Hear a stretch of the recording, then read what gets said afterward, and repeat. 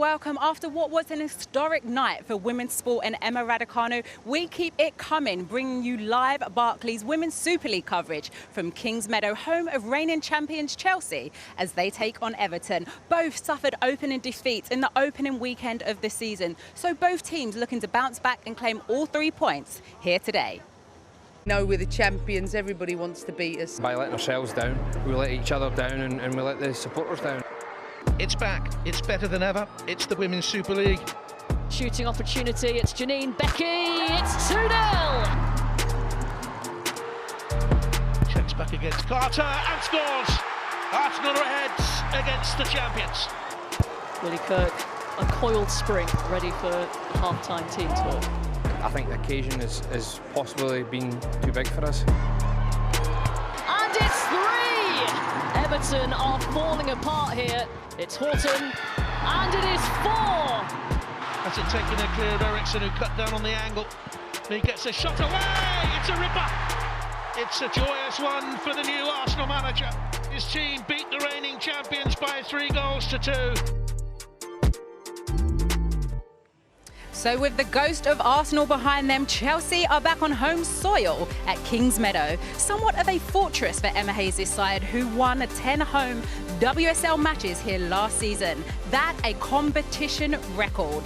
Meanwhile, Everton boss Willie Kirk says his team need to be robust today, but they have a task at hand, having not won any of their last 3 meetings against the Blues. It's Chelsea against Everton, live from Kingsmeadow, with kickoff in just over 10 minutes' time.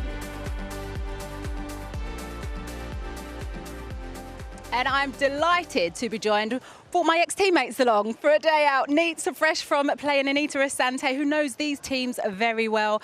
Aston Villa game, you played 90 minutes yesterday. Yeah. We're going to make sure you're resting your legs later. But you spent 3 seasons here at Chelsea, and Farrah Williams, 172 caps, spending time at Everton, and obviously former Reading player. Anita, I'm going to come to you because you know this ground well. You know the place, you know Emma Hayes. Somewhat of a fortress here, having won 10 WSL games last season. How much emphasis does Emma Hayes place on that?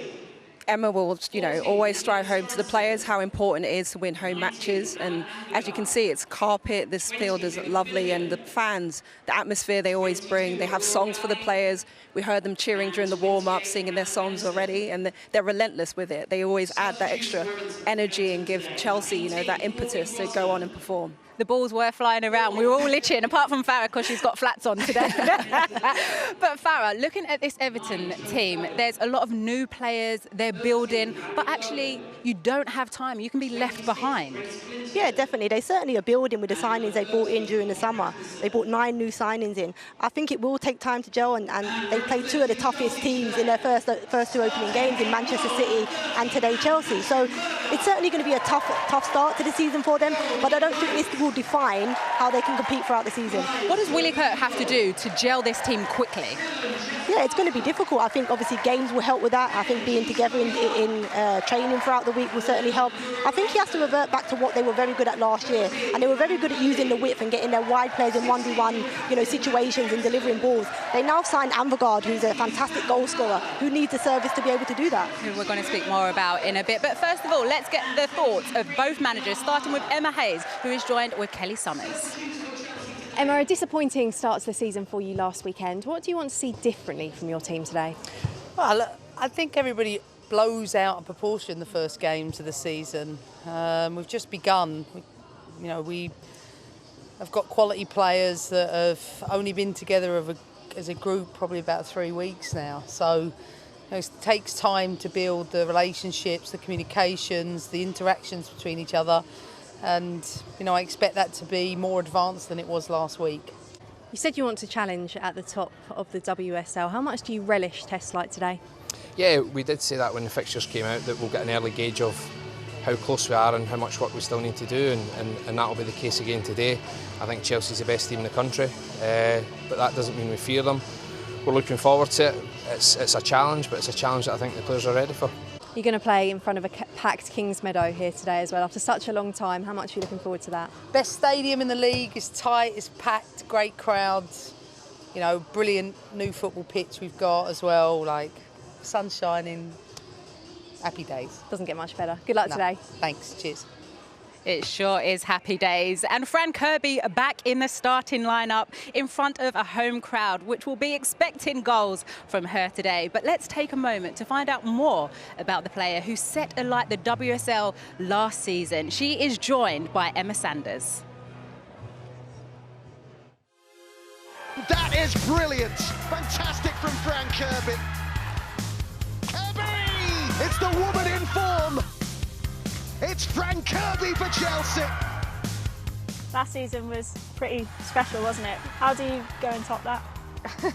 Yeah, I mean, obviously for me and the team, it was a great year last year. I think you could see from the beginning how hungry we were to win everything, and then obviously for me individually, it was great as well. So it's going to be tough, but we always have them challenges in our mind. We always want to win. We always want to win trophies. So, for us, we want to go and emulate it, and then hopefully add an FA Cup to it as well, and keep pushing and keep building something special. That's what we were doing last year. Your partnership with teammate Sam Kerr, it was almost telepathic, the understanding between you both. Yeah, I mean, to be fair, I just kind of knew that if I was running down the side and Sam was going to be in the box, so I just kind of put the ball into space and she'd do the rest. But yeah, I think we worked a really nice partnership. It was something that we got to build on a lot in the pre-season, and hopefully, we can emulate it this year and hopefully do better with it.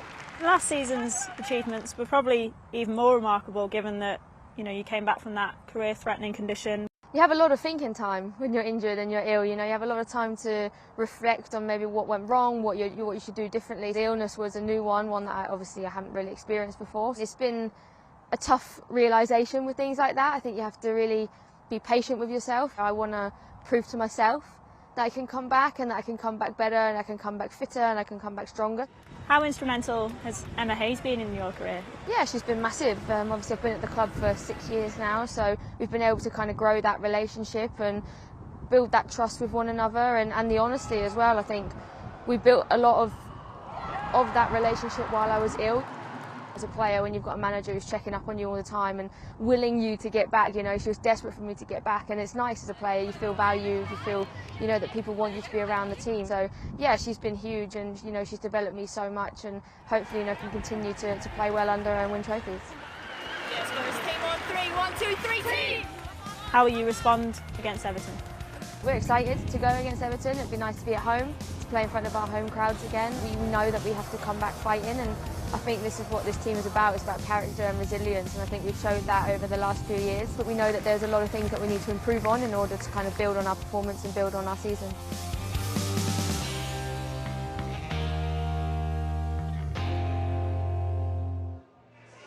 A real superstar name in the WSL, scoring 25 goals last season. But actually, Farah, when you look at that Chelsea side, yes, full of names, full of superstars, but you actually want to speak about a younger player, Jess Carter. Why is that?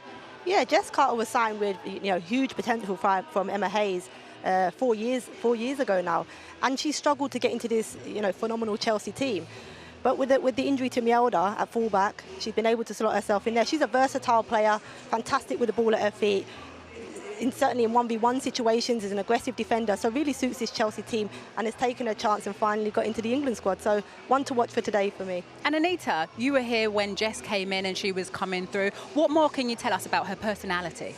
Yeah, I think Jess is just a character that will slot in any position, and do what's required for the team. And this season, last season, she finished strongly, in the fullback position, because she has great ability on the ball to find passes, but she's so tough to actually beat in a 1v1 situation because she uses her body so effectively. So, now she's become an intrinsic part of that back line and keeping them solid. And she's going to have to have a solid game today, because up against an Everton side that we said are rebuilding, but you've picked out 2 star players from that team also. Yeah, first and foremost, I'd start with Aurora Gali, because she's a young Italian midfielder, very dynamic, creative, has great football intelligence, knows how to find pocket space and, link up the attacks. So she'll be an exciting one to watch. And then I think the other player is Anna Anvegård from Sweden in the Swedish Damallsvenskan. She played at Rosengård, one of my previous clubs, has a great striking record. I think she was the most valuable player in 2019. Also in the top 100 women's footballers in 2020. So she's got obviously a very clinical forward and will add an added strength to Everton. Farah, you were at Goodison Park last weekend watching this Everton side. What do they need to do differently today to beat this strong Chelsea team? Certainly they have to be defensively more structured, more harder to beat and more compact. I think their wide areas, they were very vulnerable in wide areas and conceded, 3 of the goals before the first half in those areas. But I think what their strength was last season was getting the ball into wide areas, getting their wide players in 1v1 situations and delivering crosses. And Anvacard will benefit from those crosses today, I believe. And Anita, how good is it for you to be back? Actually, the crowd, the atmosphere, it has been really building. It's amazing here, even as an ex-player, when I come back here, I still get that feeling of, wow, what a stadium. The fans are always so welcoming, and the atmosphere, they're singing, they're chanting, and that's what you want from these type of matches, and this is going to be a top game. And Farah, does it make you want to get your boots back on? It doesn't, but being a Chelsea fan, I loved coming to Kings Meadow and just listening to the tune as they come out. It always got me singing. But it's a fantastic stadium and one that's very hard to come to as an opposition team and get a result from. What will Emma Hayes' last words be in that dressing room right now? I think she's got trust and belief within her squad, as she mentioned that. Her team, the first game won't define what they do and go on from here. OK, well, kickoff is just moments away, but we are in the safe hands with our commentary team of Rachel Brown-Finnis and Robin Cowan. Thank you very much, Alex. Good afternoon, everyone. Another enticing match in the Women's Super League to bring you this afternoon. Two teams with high hopes for the season. Both began their campaigns with disappointing defeats. Both will feel they have something to prove this afternoon.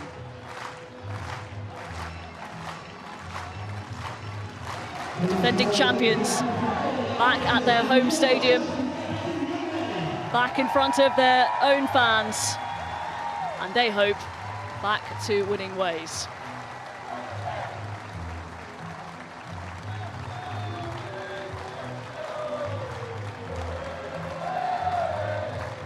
A wonderful reception from the Kings Meadow crowd here. They have missed their team.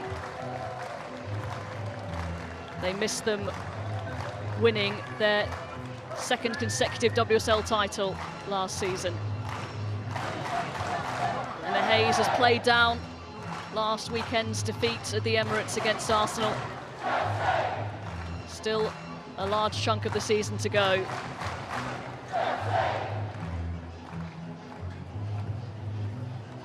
Off the back of both defeats, both sides have made 3 changes. Chelsea have brought their big guns back after their defeat to Arsenal. Sam Kerr and Frank Kirby, the most potent partnership in the league last season, start together. They provided 53 goals between them last season. Sophie Ingle is also brought into the midfield. Beth England, Melanie Leupolz and Neve Charles dropped to the bench. 3 changes too for Everton from their defeat to Man City. They stick with the back 3. Nicoline Sorensen is preferred to Reika Savecki. Claire Emsley starts after making a positive impact off the bench last weekend. And there's a full WSL debut for record signing Hannah Bennison. Tony Duggan, who has 11 goals in 13 in the WSL against Chelsea, and Kenza Dali are among the substitutes.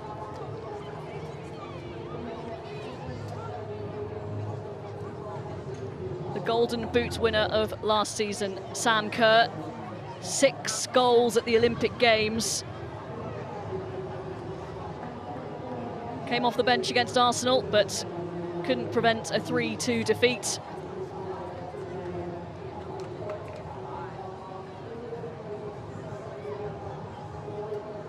And even though Emma Hayes has played down their opening day defeat, Rachel Brown-Finnis sits fine margins in this league because there aren't many games. Yeah, fine margins with regards to giving the likes of Manchester City, the likes of Arsenal, that early lead in the title chase.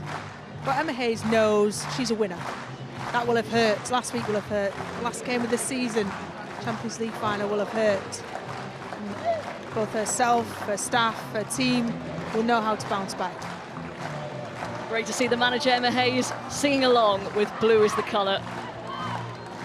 She, more than any, has missed the support that her team have at Kings Meadow. Everton, disappointing after they were talked up over the summer.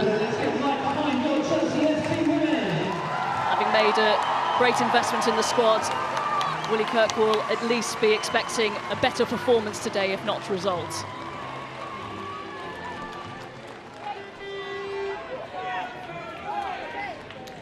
Amy Fern, the referee today,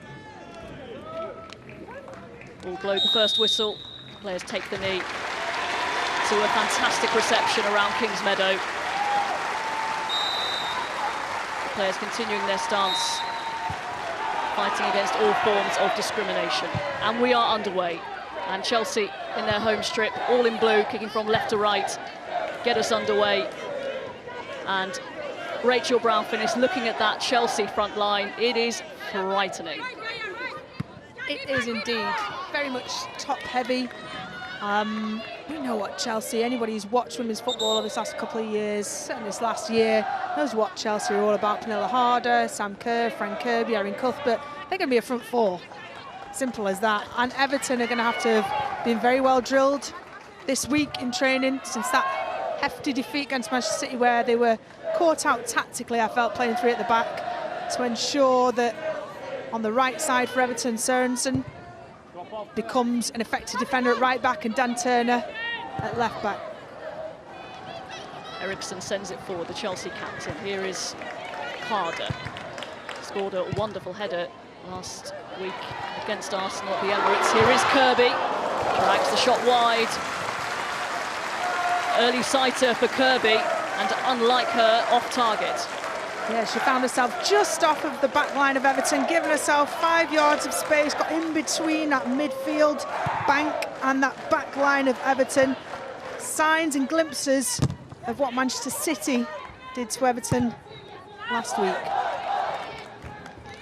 Be very fluid as a back three, back five, interchange. You know, if a player has to step out of that back three, players have to fill in. Aurora Galli's going to have to be very aware of her defensive responsibilities.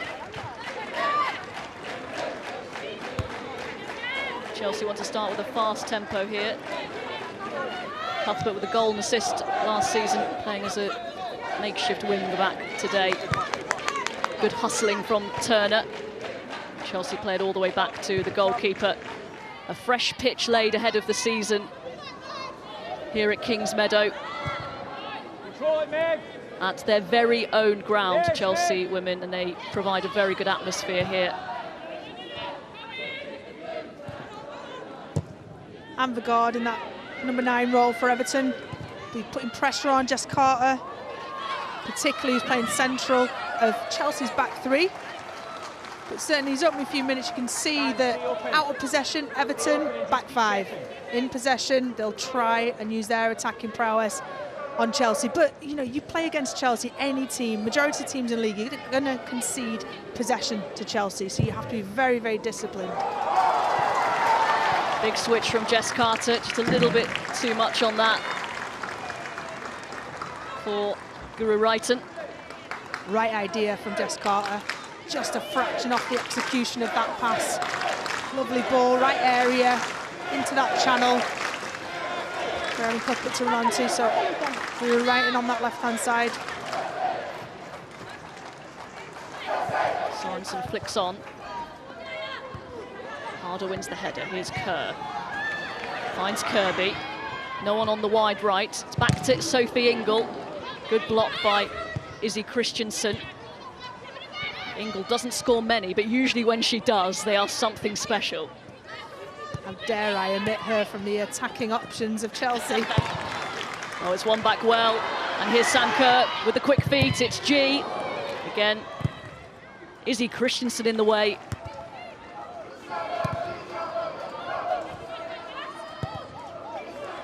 Excellent technical sharpness in those passes in the final third for Chelsea. Sometimes it can be a speculative ball across, but no, precision. Good tempo to the opening few minutes of this game.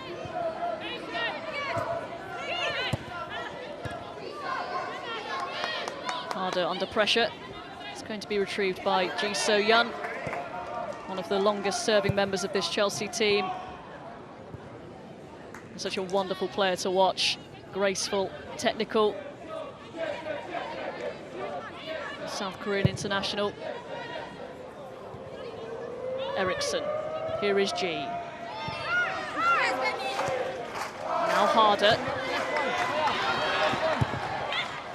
It's a good run by Wrighton from outside to in.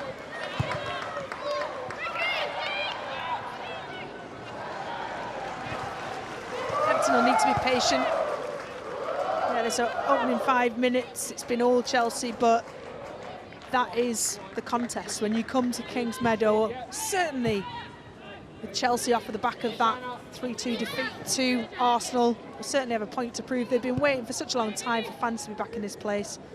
They'll want an exhibition today. So Everton need to stay patient and keep trying to implement their game plan. Because it is going to be tiring not seeing an awful lot of the ball. Cuthbert. Bjorn gets there ahead of Sam Kerr, who will settle for the first corner of the game.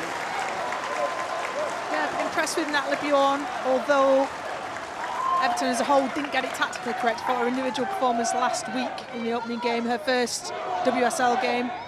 Thought she was solid, looked like she knew exactly positionally what she was doing.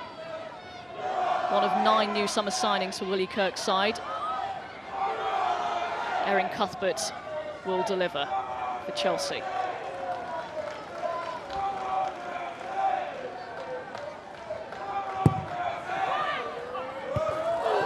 was Eriksson who got her head to it, but couldn't direct it on target. There's a let-off for Everton. There's a free header for Eriksson. Got Millie Bright, Magda Eriksson, who are going to be your obvious targets. Sophie Ingle as well in there, 3 tall players. Wrighton's won it back, high up the pitch. This is it for Kerr. Couldn't rise quite high enough. Really energetic start from Chelsea. And Everton try and play their way out.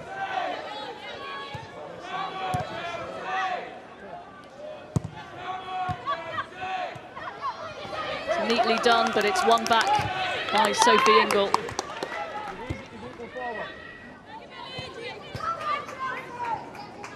Difficult, it's limited options for Everton when they do regain the ball. As you said, it can be a long, old, tiring day. Trying to keep possession, give yourself a little break from chasing, conserve energy.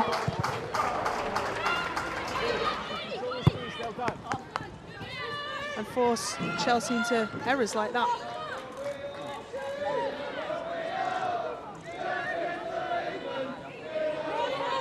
Good cross from Wrighton. We know how adept Kerr is in the air. Yeah, that near post run is a trademark run, isn't it? To get just that yard in front, got run across the defender. Ball was just slightly behind Sam Kerr there from Guro Wrighton.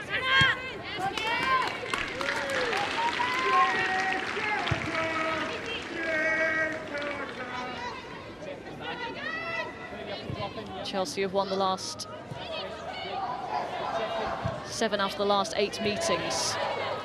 With Everton, they haven't conceded in the last 6. So again, Everton coming up against a side that they haven't had much joy against early on this season. Kerr nicks the ball back at Sam Kerr. Couldn't beat McKeever at the near post. Yeah, good positioning from Sandy McKeever at that near post. Megan Finnegan's defensive run, mistake initially. Just needed to clear her lines when you've got Sam Kerr breathing down your neck. But good defensive run, showed her wide, narrowed the angle really, limited options, but good position from Sandy McKeever. Chelsea putting the pressure on early on. G into Kirby, couldn't quite collect. Emsley has a little bit of time to look up. Carter is clipped, foul to Chelsea. Showing good defensive shape, Everton. It's just that when you get the chance to turn the ball over, regain possession of the ball, just needs to be a simple ball, not 50-50.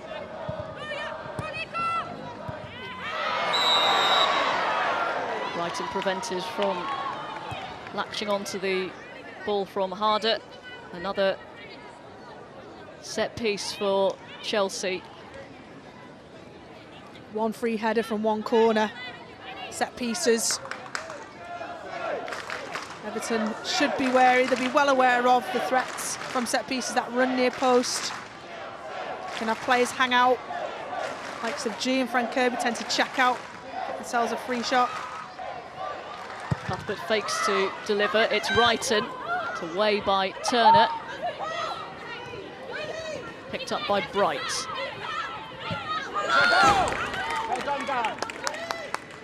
Good patience there from captain Dan Turner. Look to dive in. Used all her 30 years of experience. She'll be thrilled. Be letting everyone know she turned 30. Yes, I think the tweet was 21 and 9 years of experience, I believe. 30 years old, Dan Turner, and she's been with Everton pretty much her entire career, despite a short spell in Iceland, actually, but a real stalwart to the club. She's been there through the ups and the downs, the relegations, the promotions. She's an excellent servant of the club, really grown as a player and as a leader, excellent professional. Now, this is where Everton could perhaps put the press on, but it's asking a lot, isn't it? It is, but it's a chance, an opportunity for Everton to gain some ground up the pitch and not allow Chelsea to turn. But then recognising now the turnover possession, easy possession for Chelsea, just to reset into your 5. Harder. Takes aim, it's wide. She was allowed to come forward. Quite a far distance there. That's going to happen, simple as that, when you've got such a fluid front 3, 4, 5, you might want to call it for Chelsea. You know, Erin Cuthbert come in off the right.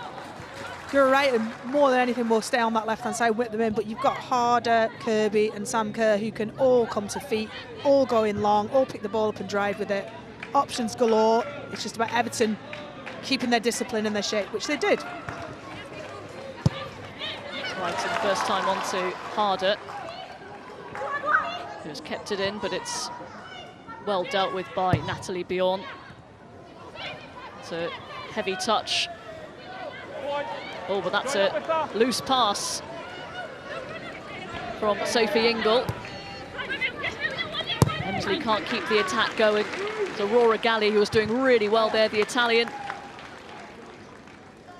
Yeah, I mean, took them there from just the edge of their defensive third all the way up to the edge of the attacking third. Just need a bit more composure in those areas, Everton, because they're not going to get too many chances. Hope that's not your car, Rach. It's like we're over the tonneau, isn't it? It's blue Fiat Punto registration. Make a stadium announcement.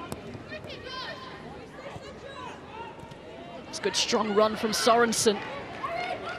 Tries to slip it through for Anvegard. Positive play from Everton. Yeah, and really good defending from Jess Carter. Saw that was going to happen. Shepherded Anvegard just wide. Got a body between the ball and the player. Really mature defending from Jess Carter. Everton have some territory here. Every time the ball's out dead, you've got to take your time if you're Everton today. Emsley allowed to turn. That's not a bad looking ball, and Turner and Christensen almost left it to each other, and Frank Kirby can start a Chelsea counter. Instead they choose to slow things down. Good intervention by Gabby George. She was another really who came out with quite a lot of credit last week, Gabby George, having recovered from an ACL injury. She made a few appearances at the back end of last season, but she showed how good defensively she can and will be. Yeah, right at the end of my career, she came on the scene as a starter, only 17, 18 years old, and as you said, pretty much the COVID pandemic and the season coming to an early close and missing last year really did her a favour, gave her a chance to rehab, get back fit, really match fit, and ultimately not miss a lot of games for Everton. She's on the border of an England call-up, I'm sure. Well, Jess Carter has made another really good interception there. She has been recalled to the England squad for the first time in some time, just one cap to her name back in November 2017 in a qualifier against Kazakhstan. Yeah, she dropped off the radar, didn't she, for... Good goalkeeping by McKeever, and from her perspective, it fell to a white shirt, not a blue one. Yeah, as a goalkeeper in a game like this, you cannot, like any game, you can't switch off, but you have to be front foot. What I mean by that is, you imagine a sprinter on the blocks, you know, one foot in front of the other, you can't be caught square, because that fraction of a second it takes you to get into that sprint position. They're in. Everton could be in here. Emsley twisting and turning, maybe one touch too many, challenged by Ji So-yeon, and then she commits the foul on Sophie Ingle. Everton, though, growing into this now, having weathered an early storm.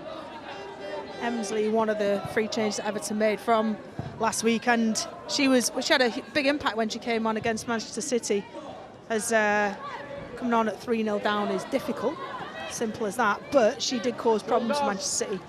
Down that left-hand side, driving infield. She's an incredible athlete, Claire Emsley.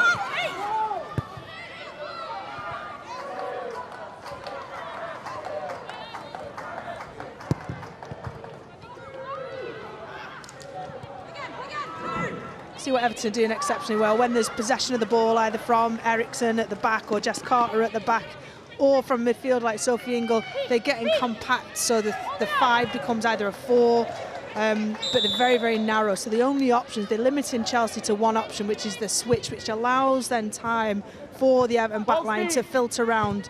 Discipline compared to last week. Well done, Ezzy. Well done, Ez. Go on, yeah. Game number 251 for Emma Hayes today. 10th season as Chelsea manager. Benny, you can go.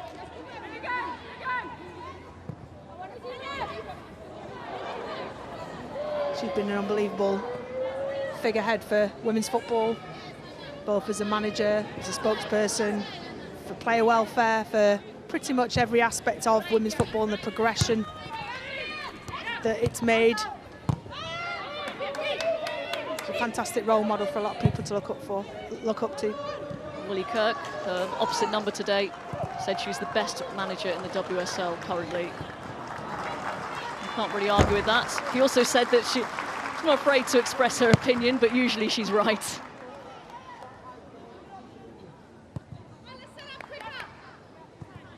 It's wonderfully refreshing when a manager comes out and just says what they actually think.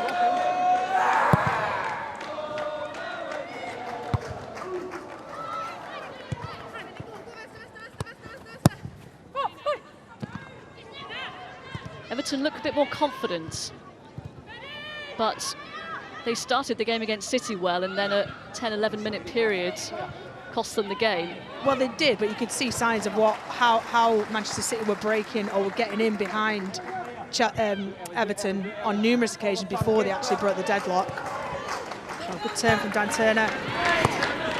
Grass to run into for the captain. Turner, can she pick the right pass? She finds Ambergard. Closed down by Ingle. Such a good shield in front of the defence. Everton win it back. Seeing much more of the ball in the last few minutes or so. Turner. Christensen. Emsley's made the run forward. Here is Turner. Flag is up. See, immediately the Chelsea players appealed for offside.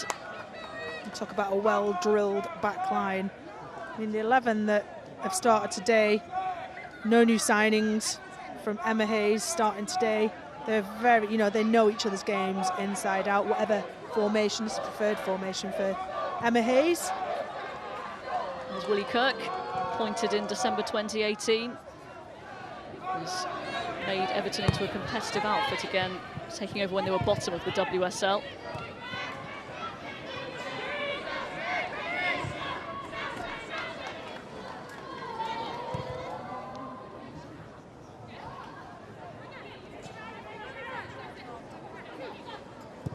Ingle, the Wales captain, over 100 caps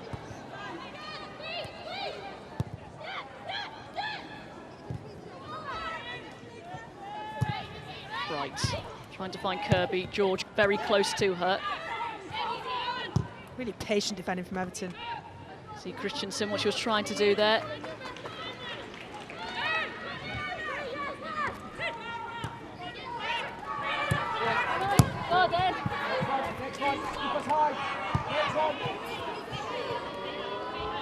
I mentioned in the build-up the records that Chelsea broke last season, most home wins,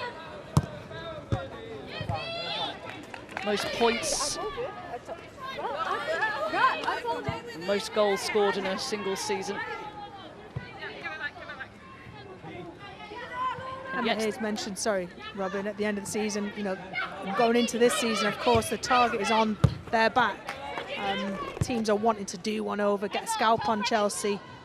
She felt that last season, but certainly dealt with the pressure exceptionally well. Brought in Pernilla Harder last season, added to their world-class array of players. But it's the same this season. You know, they won back-to-back titles, WSL titles, with all of the achievements that they had last season. Again, teams are wanting to come out and beat Chelsea. And again, alongside them, most teams are making huge improvements.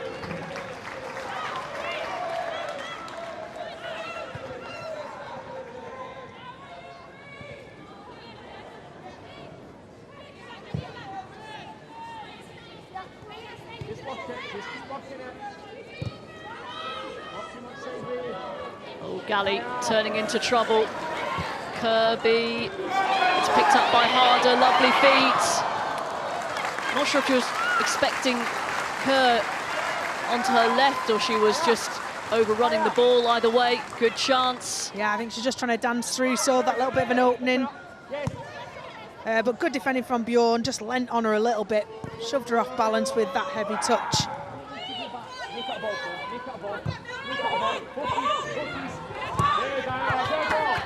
Willie Kirk will be exceptionally pleased with his team's united performance in this opening 20-odd minutes. Defensively, the defensive and offensive roles to the midfield. It's exactly as he will have envisaged his team to employ his tactics.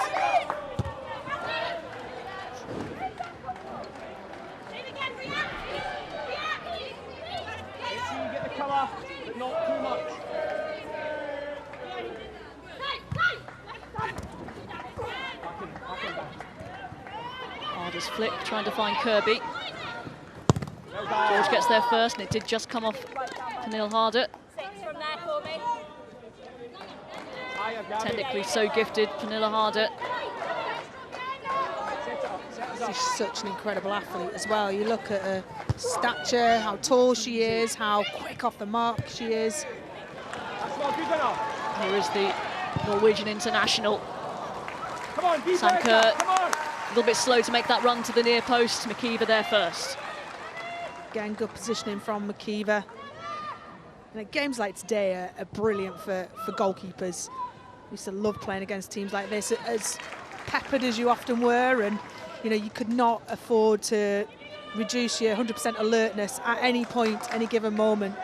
And the information that you're giving out to your backline team midfielders is always crucial to keep them 100% engaged. Great opportunity for a young England goalkeeper.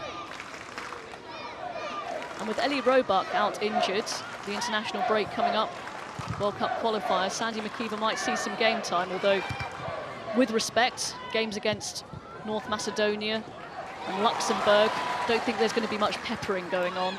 What a time, though, to be going into a new camp with Serena Wiegman, the CV that she comes with, silver medal at the World Cup, winning the European Championships with her native, the Netherlands.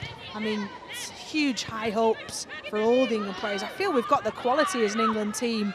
It's just that environment, I think, can lift us the extra couple of percent that's required to go and win things. I'd be so excited as an England player to bring in that new leader and to be working under her and to be in that squad. Cuthbert wins the header. Does bounce to Sam Kerr now. Fran Kirby. Ingle.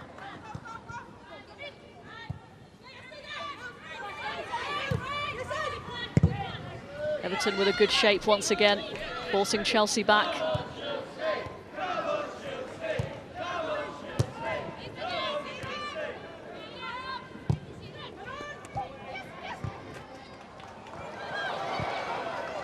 Lovely, intricate play. Here's G. Kirby. Fran Kirby. Oh! Kirby off the mark for the new WSL season with a wonderful goal. That was pinpoint. I couldn't see if it got a little nick off an Everton defender, desperately trying to prevent Fran Kirby from curling that into the far corner. But what a beautiful finish. She opens up, jinks and twists, gets in that little bit of space in between Sorensen and Bjorn. And right foot, I think it's a lunging Bjorn who gets a little bit of contact that skews it past Sandy McKeever, but I won't take anything away from Fran Kirby. It's a lovely pull back onto her favoured right foot. Takes a touch away, gets the ball, gets her body in between a ball and Bjorn. And that's sensational. And probably on the course of things, can't say that Chelsea haven't deserved it. 25 goals last season. And she's got her first of, I'm sure, what will be many this campaign. Incredible journey she's been on once again. 16 months out with pericarditis. Came back last season in unstoppable form. And she looks as formidable as ever. I think it was quite unbelievable in some ways, certainly my own personal point of view, how match fit and sharp she looked, Fran Kirby, coming back after such a long period of time out. Again, maybe another player who benefited from the COVID break, a little bit of extra time. But the attention to detail that both herself, the Chelsea staff, certainly Emma Hayes, and I mean both from a mental and physical point of view, the work that they've done with Fran Kirby is nothing short of sensational.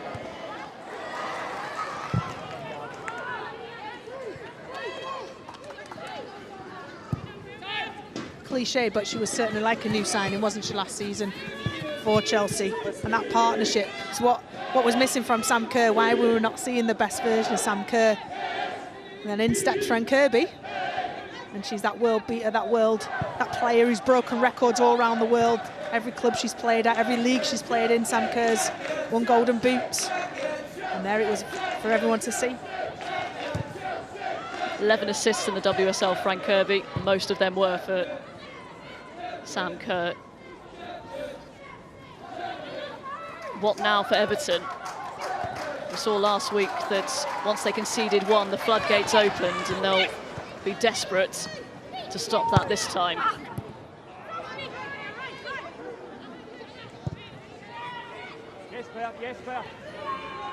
See the changes though, you talk about floodgates opening. Yes, there's going to be incessant pressure from Chelsea. But how compact they are between the midfield and the defensive, the two lines. There's not a lot of space. That's what it's got to be like when Chelsea are in possession. They're so dangerous. And the way that they're shifting from right to left, it's very united, synchronized. They've made huge strides since last week. And as Willie Kirk said to us pre-match, not the two fixtures you would have chosen to start the season. City at home and Chelsea away. After the international break, they have a home game against Birmingham and then an away trip to Reading. Those two games, they're really going to have to show what they can do. Yeah, for those 9 signings that came in, and a lot of them are Duggan and a couple has no WSL experience. Certainly in at the deep end.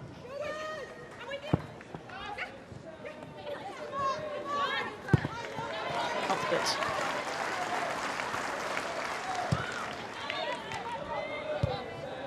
Chelsea showing patience once again. G to Kirby. Now Cuthbert. G finds Wrighton. The flag is up.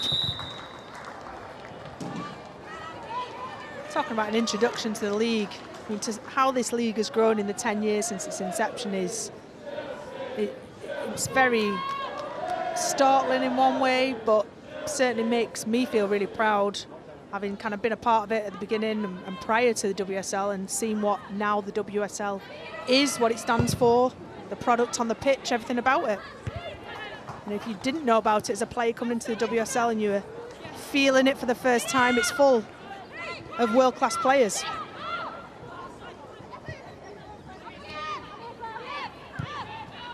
Half an hour played, Chelsea with the lead.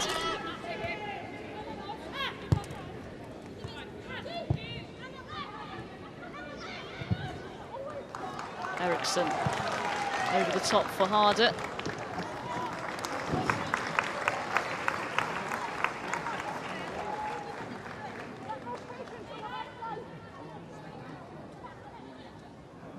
Well, Emma Hayes was certain that her side would respond to last week's defeat. They've showed patience and they've showed their class. They certainly have, and they've showed their methods, how they want to break teams down. It's just a bit of risk-taking from Everton, playing it out from the back. That's how Willie Kirk wants his side to play.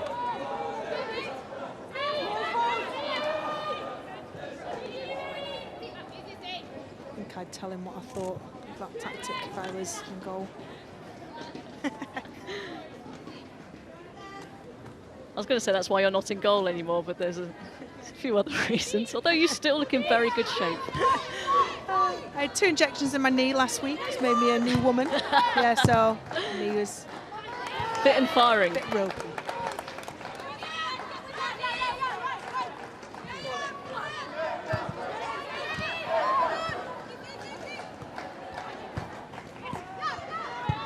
Galley. It's Ingle who got there first. It's Fran Kirby into Sam Kerr. And I think she knew she was about to be clattered by Gabby George. That's a big miss, though, from Sam Kerr. She will have expected to thread that one home. Chelsea come again. It's Harder. Oh, inches wide.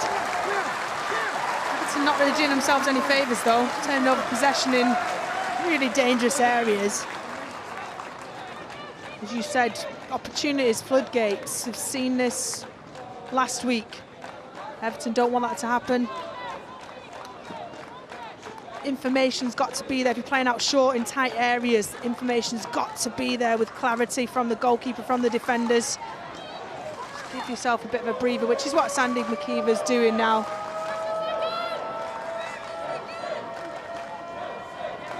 Probably not the time to start taking goal kicks quickly and taking risks. Going in at the break with a score like this won't be disastrous for Everton. No, because I think 99% of what Everton have set out to do, to concede as few chances as possible to Chelsea, they've done. As I've mentioned, the back 5 has worked excellently when they're out of possession. They've moved together really, really well. The understanding between the holding midfield Galley and the back 3 again has worked well. So much, much improved from last week.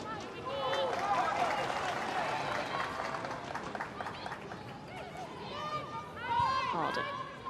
Ingle. Wrighton. And it's really tight like that when Everton have backed off, and you know, you've got 5 at the back, you've got 4 in midfield. It's got to be executed perfectly for Chelsea to be able to make any sort of incision into an attacking area. It's a good win by Emsley. Carter ahead of Anvegard. That's well played by Kurt. G. Perfect ball to Fran Kirby. Trying to fire it across to her strike partner, Sam Kerr. It's well defended in the box by Everton, and free kick. Tell you what, that was a brilliant recovery run from Izzy Christiansen. Everton had just got that turnover and had a chance to attack, and she was in pretty much on the edge of the Chelsea 18-yard box, and she managed that beautiful ball from G to track back and be the player to block that ball. That's not the first time she's done that this afternoon, Izzy Christensen. It's what she's about. She's box-to-box player now. She's not an 8, she's not a 10, she's not a 4. She's all 3 of those. And, you know, with Serena Wiegman taking over, she'd be desperate to get back in that England frame as well.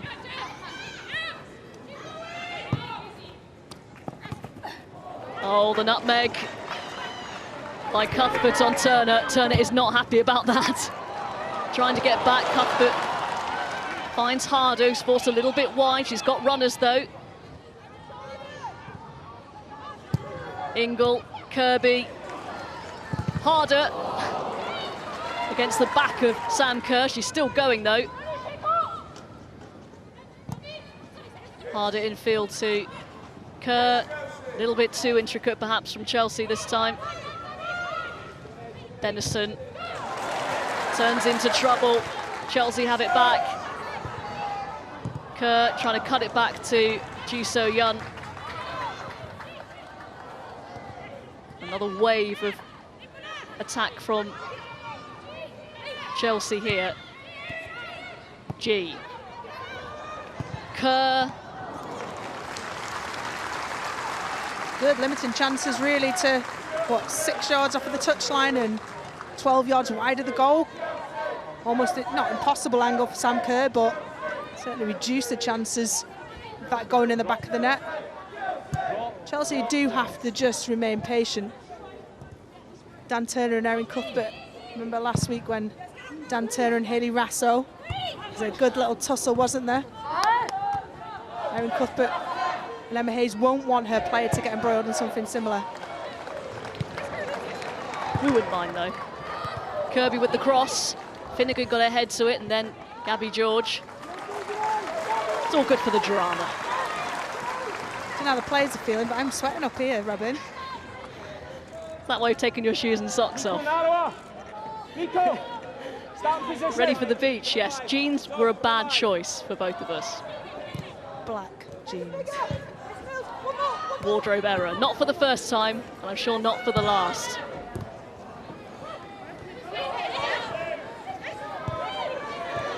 Kerr slips it through towards Kirby.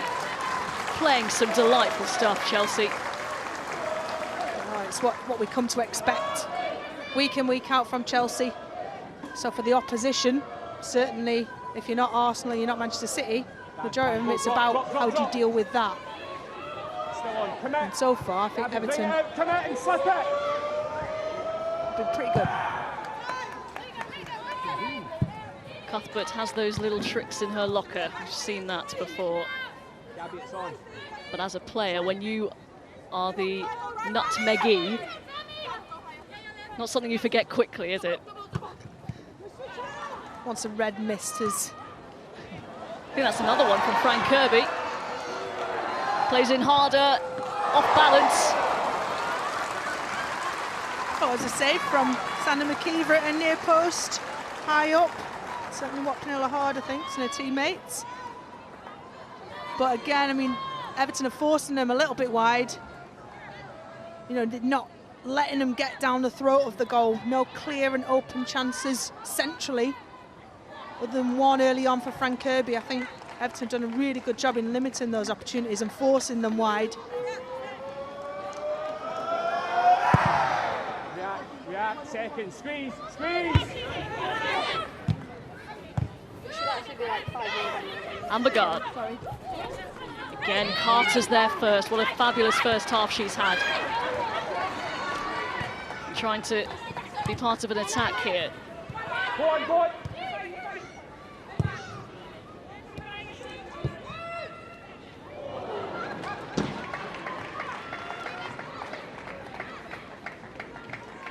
The little details that Emma Hayes and her team hold themselves to very, very, very high standards, and little details like that will frustrate Emma Hayes.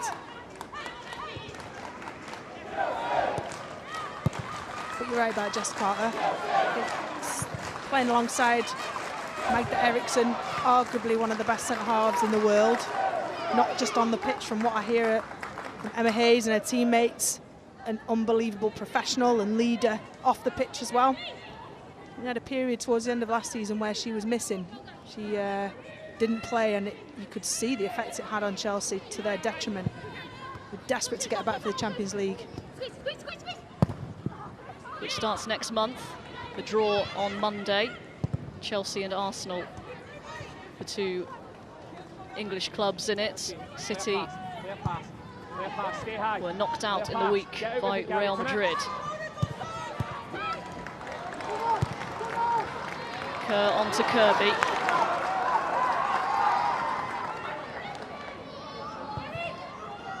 No one pressurising her. Here's Harder. 2 on her. And Everton have the ball back with Finnegan. Didn't really have too many options. No, chose the right one. Allows the team, went long, allows the team a little bit of chance to creep up, gain a bit more ground, push up that back line. If it remains 1-0, I think Willie Kirk and his Everton team will be happy. Yes, not to be losing, not happy, but with a performance. Christensen. Here is Benison. Haven't seen too much of her today. She's quietly gone about her job. I mean, I expect her, she's more of an attacking player. You'd want her to be joining in with Ambergard as much as she can, but needs must today. She's got the energy and the legs to be able to help out Izzy Christensen and Galley. Our next WSL offering for you, Manchester United against Chelsea in 2 weeks' time, post-international break. Sunday, 26th of September, 12:15 start on BBC Two.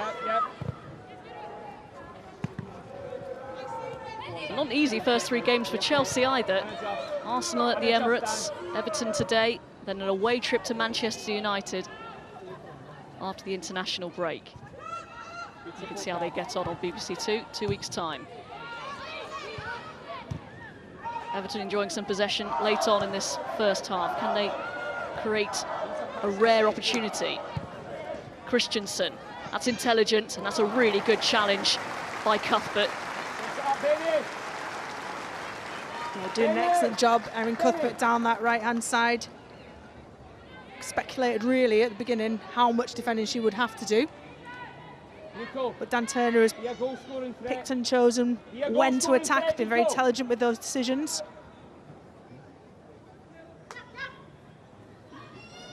Turner's throw. That's good hold-up play by Ambergard. Oh, puts it through the legs of Millie Bright. Intelligent play from Ambergard there. You could see as Millie had stretched, was a little bit off balance, but that was the only route to goal. But good covering. They pulled one back in terms of nutmegs. I make that 2-1 to Chelsea.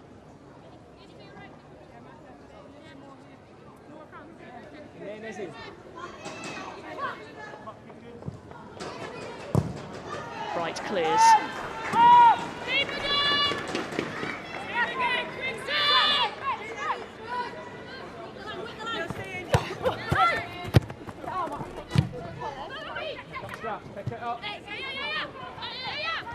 It's good play from Galley.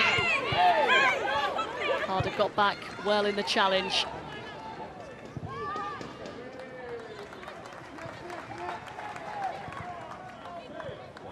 Everton just need to hold firm now, get into half-time. Goal down away at Chelsea. It's something I'm sure they would take. Kerr. Here's Harder.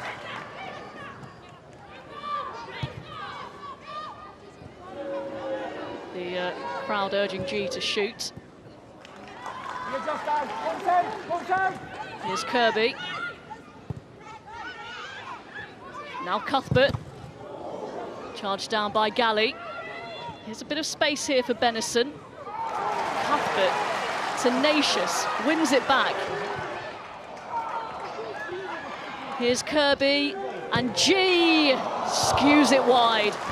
Oh, it was beautifully teed up, wasn't it? As you said, chased down by Erin Cuthbert in the centre, then played out wide to stretch out the defence of Everton. Set back for G, casually outside of her left foot, just swipes across it. She's obviously looking for that top bin. That would have been an exquisite little passage of play to lead us to a second. But Everton hold fast. Up and in, Dan.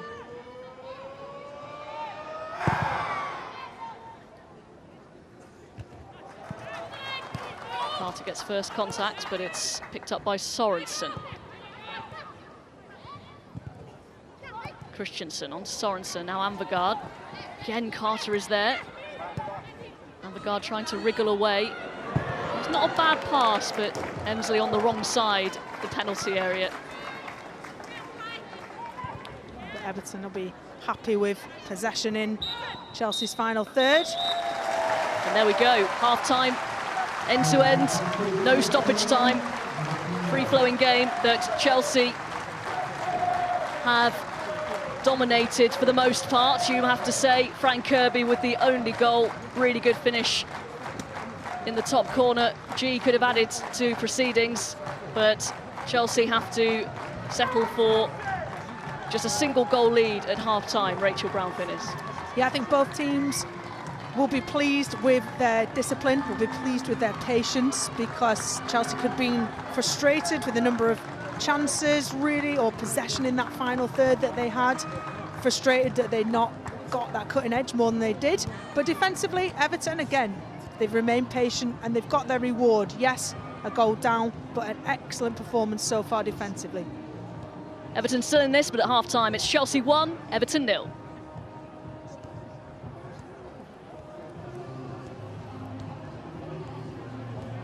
Yes, but not pleased with your choice of outfit today, Rachel Brown. But it is, Farah, it's been an exciting first half. Chelsea have had to be patient. Yeah, they certainly have, and I think they have been. I think they've dominated possession. I think they've, Everton, for me, haven't worked on the vulnerabilities that they showed last week against Manchester City, and Chelsea have exploited that in the first half. And Anita, you know Emma Hayes really well, and it is about building that patience because they have a lot of class out there. Yeah, absolutely. You can see how Chelsea have just constantly built into the game, kept the ball, been patient, found the right passes, and then found the right overloads in the attacking third to create opportunities. And that's a big part of their game, and it's worked out quite well this half. And we saw her at the top of the show, a superstar in the women's game, and a name that people know a lot of. And it was Fran Kirby that has got her scoring boots on today, Farah, and she's up and running. And what a fabulous goal it was. Yeah, it was a beautiful, beautiful goal. I think we mentioned Jess Carter at the beginning of the show, and she shows her quality here. We spoke about how good she was at finding passes. She's broke 2 lines there, straight into Sam Kerr, who lays it off. But it's a run from Fran Kirby here, in between the fullback and the centre-half, and then she just cuts in on her right foot and bends it far post. You have to, somebody like Fran Kirby and the quality that she possesses, the centre-half has to keep her out, showing her out down the line. She's allowed her to cut back in, and that's the sort of quality that Fran Kirby possesses. But Anita, come on, you're a defender. You've still got your boots on. Is it that easy with a player like Fran Kirby to do that?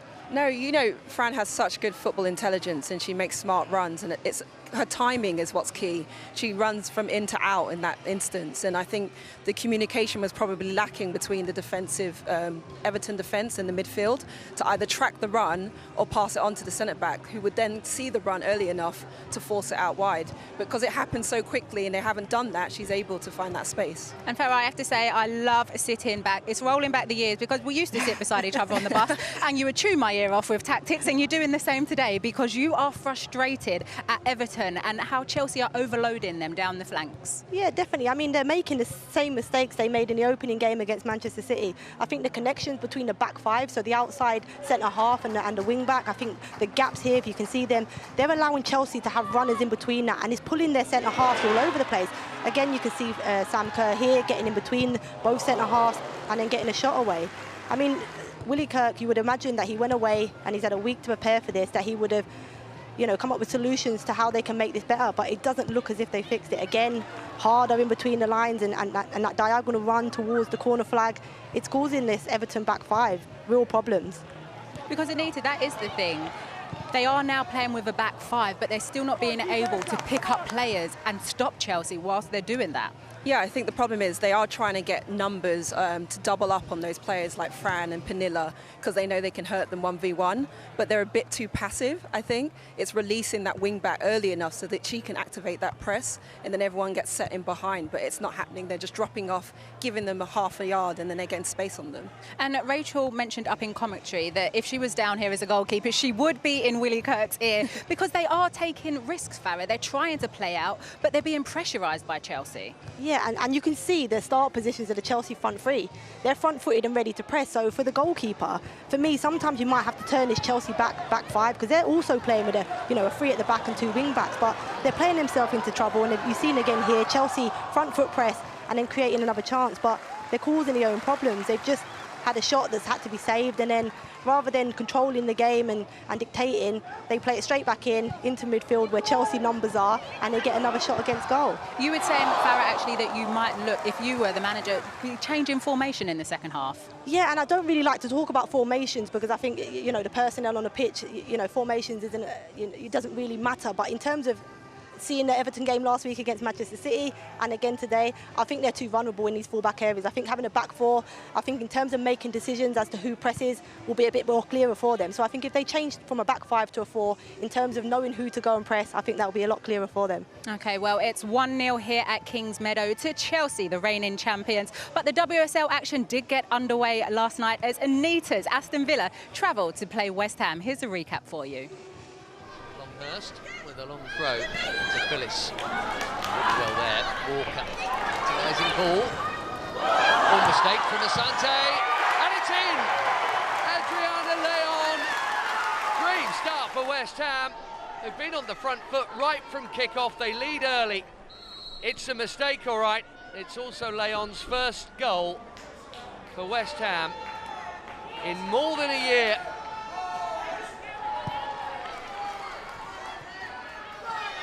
Lehman against all the teammates here, two for company. She's done well to get any kind of ball in towards Gielnik. There's Allen and Gielnik. First chance for the new recruit. Tight angle. Arnold with the save. The long ball is a good ball. Leon has got there. Fantastic cross! Point blank stop. Hannah Hampton to the rescue again. Brynja's Dottir anywhere but there, and it's 2-0. But here's Mailing. It's a typically good cross into Gielnik. Now Petzelberger. Oh, it's off the post, and the rebound is slashed wide on the slice. That's who they would have wanted it to fall to. Emily Gielnik on debut. After the substitute, Petzelsberger struck the upright. Hales already making a nuisance of herself. She's in on goal, and she's denied by Mackenzie Arnold, and it's just not happening for Aston Villa, despite throwing bodies forward and having all the pressure as this game gets closer to being over.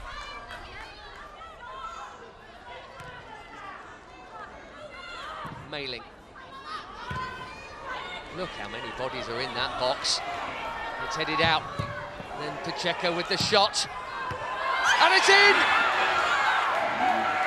It's Remy Allen again. 2-2 for the new Villa skipper. The turnaround winner last week against Leicester. And a stoppage time equaliser here. Right place, right time. West Ham 1, Villa 1. Oh, the drama, Anita, in that game. But your team showed a lot of spirit to actually take something from that game. Yeah, absolutely. Obviously, going down a goal early in the first half to an error from myself, actually.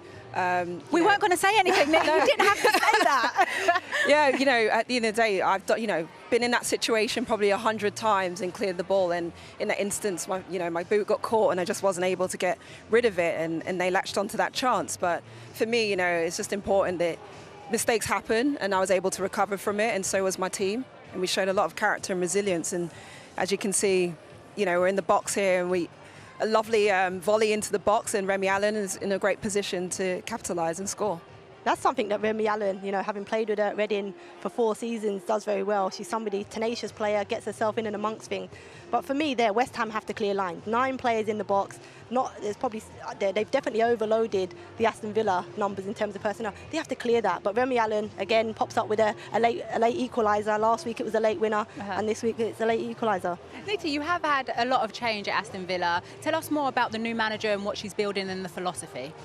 Yeah, I think the great thing about Carla Ward is, you know, the way she motivates us as a team, the belief she has in us, and she's real with us. You know, she's very honest about the things that we can improve on game by game and how we're performing. And we've had, you know, a slow start in our previous match, and, you know, she let us know, and we had to pick up our performance. So I think it's been good. You know, we've shown character in both of our last 2 fixtures to come back and stay in the game and get a result, and that's going to carry us hopefully through to a much more positive season. And your next game up against Brighton in 2 weeks. But keeping it real, Farah, what will Willie Kirk be saying in that change room? What needs to change? How do they get back into this game? I think he'll take some positives. The fact that they're only 1-0 down going into the second half is a positive for them. You know, Chelsea certainly could have gone in 3 or 4 goals up. So coming out in the second half, only 1 goal behind. I think as he did last week against Manchester City, went to a 4-3-3, more front-footed press, allowed players to get at the Manchester City back players last week. I think he'll do that today because this Chelsea back three are too comfortable this afternoon. Yeah, and looking actually, you said about that leadership and that communication. What player are you looking at in that back line from Everton, where that comes from, Anita? You know, I think Gabby George, in her actions, really shows that. You know, she's very aggressive and front-footed and reads and anticipates situations well. So I'd be looking at her, you know, to sort of organise that back four and maybe get an earlier release to her wing-backs. Because right now they're a bit passive and Chelsea are able to get into their box and into crossing situations. OK, well, if football is your thing, we have plenty of it for you on BBC, including this. Welcome to Match of the Day X. Where's Lineker? You look nervous. No, I'm ready. XYZ. Is Spider-Man an Avenger? They complain. How are you doing? Team, perfeito. No one ahead. We're in heaven, aren't we? Your Portuguese is good also. Oh, thank you. BBC Three's MOTDX, streaming now on iPlayer. And do catch Jermaine Genus and guest for Match of the Day X. But later this evening, it's Manchester City versus Tottenham in the WSL. 5 Live Sports Extra commentary is available via BBC Sounds. That's from 7 p.m. And highlights from all weekend's WSL fixtures are on the Women's Football Show at 11:15 tonight on BBC One. Kelly Summers has you for that one, and you can get up to speed with all the analysis from yesterday's Premier League action on the Football Daily podcast, available now on BBC Sounds. Well, it's 1-0 at the moment, currently here at Kingsmeadow, to the reigning champion, showing a lot of promise. It is time to head back to our commentary team of Rachel Brown-Finnis and Robin Cowan. Another enticing match in the Women's Super League to bring you this afternoon. 2 teams with high hopes for the season. Sam Kerr couldn't beat McKeever at the near post. Fran Kirby with a wonderful goal. Chelsea have to settle for just a single goal lead at half-time. Well, no, it seems like we've got some time in our hands to speak more to you, Farah, about that first half. We mentioned about Everton and what they'll be doing, trying to get back into the game. But will Emma Hayes be wanting more? We talk about them having patience, but actually throwing it forward, goals matter. Yeah, I think definitely goals matter, certainly in this league, and Emma's experienced that before. I think what Chelsea need to be better in the final third is their decision-making and finding that pass inside the box. I think getting into those areas in the build-up, they've been fantastic, but it's just that final decision. And we've seen that with Fran Kirby and her quality in terms of her goal. But yeah, they'll be looking for some more goals in this half. Again, the goal here, the build-up from it. I think these are the gaps that Chelsea can find, and certainly players like Jess Carter can find those passes between the lines. And the run again, we mentioned earlier, from Fran Kirby in between the fullback and centre-half, and it's just a beautiful finish. She just bends it round, uses a defender to bend it round the defender towards the far post, and very well executed. And Anita, how do you, the link-up play between Fran Kirby, Harder, Sam Kerr, it's just effortless for them. There's a lot of threats you've got to nullify, and that's the tough thing because their movement is so good and their understanding of each other. You can see the way Fran links up with Pernilla. It's interchangeable and it's quite fluid. I think that's the challenge for Everton, is recognising how to force them out into wider areas and not allow them to sort of enter into the box, into shooting positions. Okay, well, the atmosphere... Yeah, sorry, no, they're front three. I think what they've done really well is they know when to come tight and bring their Everton back three really close and create gaps in wide areas, and they know when to stretch that back three. And that interchange of movement, as Anita mentioned, it's been fantastic and really caused problems with this Everton team. I was just about to say about the atmosphere. Farah, the crowd have been singing your name. You didn't react. They've sung my name. Anita, I think we need to G this crowd up to sing a song from you. But we know Emma Hayes and what she's been building here, 10 years at the club. Tell us a bit more about her. You know, Emma's a leader in the dressing room, off the pitch, is a great advocate for women, you know, in sport in general, and I think she translates that to her team. She wants them to be recognised as the best team in this country and hopefully in Europe, and she wants to see them be more clinical and demonstrate that as well. I think what you hear when you speak to Emma, whether that be in interviews or you listen to an interview or speak to her in person, what she's learned in that 10 years is how to manage top players. I think she, you know, having spoken to her last season, she mentioned to me it took her 10 years to understand how to manage top quality players and keep them happy within the dressing room. And she's proved that she's done that so well that this Chelsea team, whether you're in the team or out the team, you're very good. And then such the perfectness. She will be demanding more from her team in the second half. But it is time right now to throw you back to your commentary team of Rachel Brown-Finnis and Robin Cowan. Thanks, Alex. I know you want to get off air so you can soak up some more rays like we have been up in the gantry. Oh, that no-hitter was amazing, wasn't it, half-time? Thanks for that, Faye, bringing that up. And so we are getting ready for the second half here. What do you think, Rachel? Do you think Emma Hayes will be demanding a few more goals, a few more attacking actions? As we've mentioned before, it's a tight league. Could come down to goal difference, things like that. Of course, she'll want more from her team. Goals on the board. It could come down to that eventually. But I think the key thing for Emma Hayes' team is to remain patient. The way that they're teasing the ball through, they're flooding numbers through. They're dominating possession massively. And it's just about when Chelsea do get those opportunities, it's being clinical. Because when you play against, they're going to play against this type of setup numerous times this season. How Everton have set up, condensed it down the middle, allowed them to maybe get a little bit of space down the flanks to reduce those opportunities centrally. Playing through those tight blocks is what they'll come up against all season. So patience, I think, from both teams. No changes at the break. Willie Kirk has unwrapped a fresh bit of chewing gum, so we're just about ready for the second half. Everton get us underway.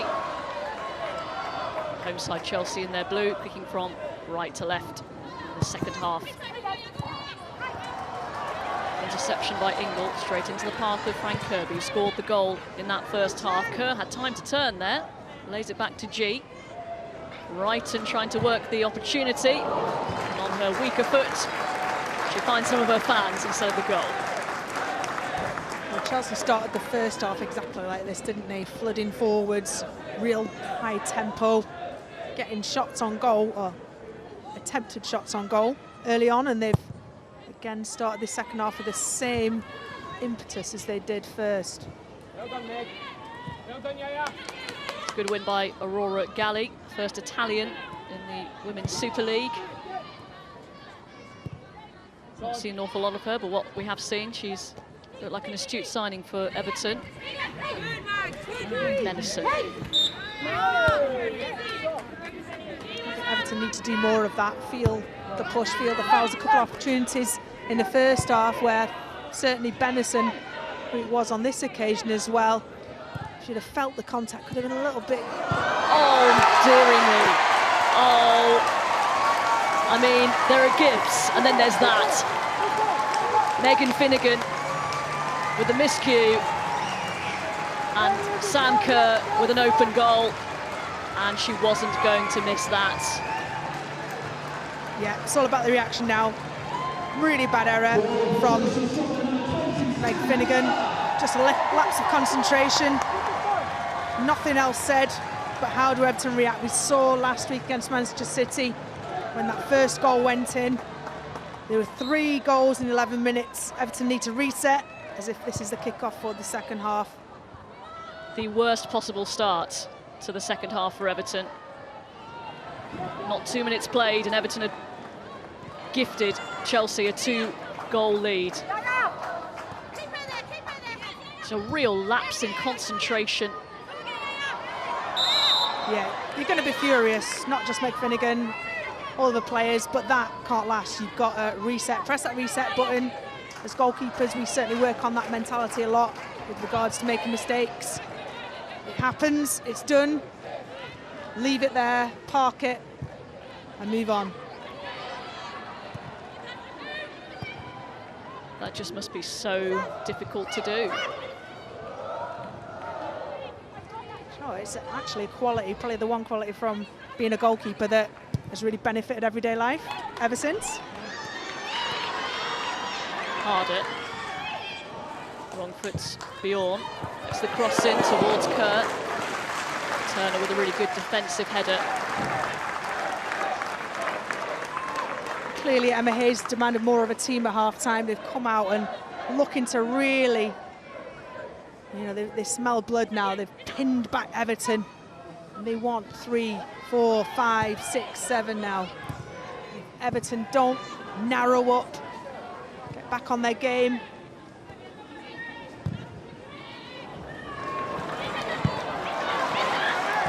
Great ball to Cuthbert.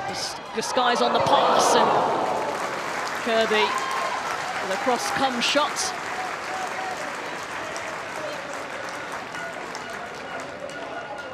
Yeah, aside from the goal that was gifted to Chelsea, this is a very similar start to the opening few minutes of the first half, which Everton rode that storm exceptionally well. But this is Chelsea. This is what they can do. They're deadly. Christensen. Finds Sorensen.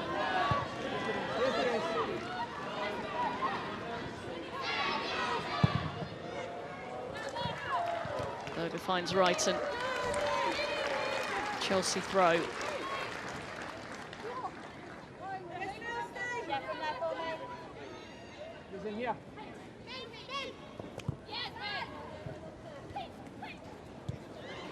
Harder into Kirby.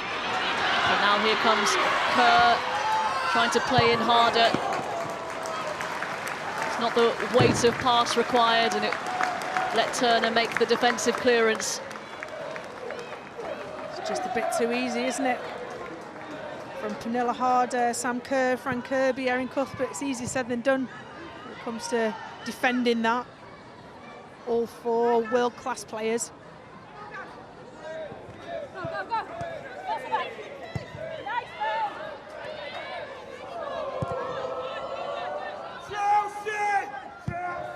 Eriksson.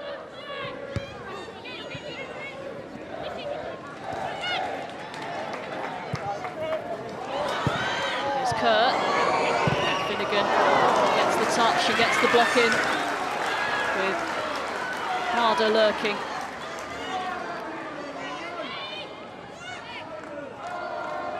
So, Meg Finnegan, maybe just opportunity to clear lines rather than have a touch. Potentially, as it was, into the path of Pernilla Harder. A little bit risky.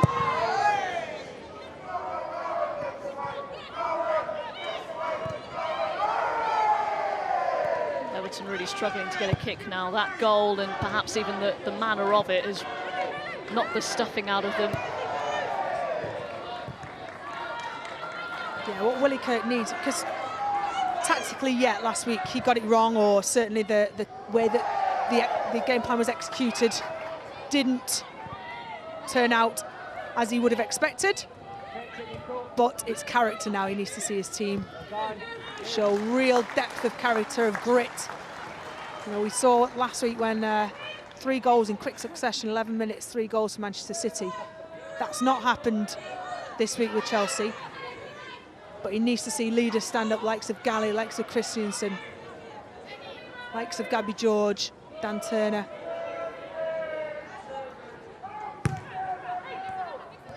Sorensen.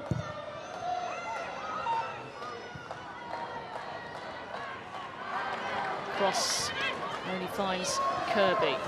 G and Kerr flooding forward. Here is Kerr. Tried to help it on first time to Ji So-yun. Christensen.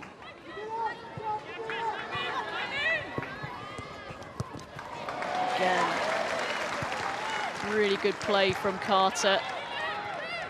Amy Ferd, the referee, has played the advantage. Carter caught.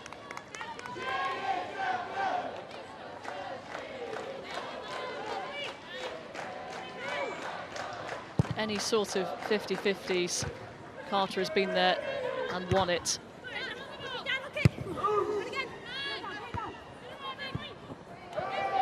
Only 23, Jess Carter, but 7 years as a WSL player.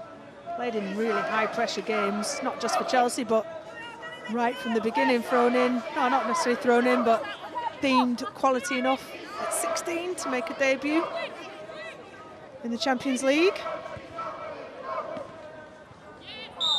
And she's showing all that experience today. Looks very calm and assured, both in the defensive duties and in possession.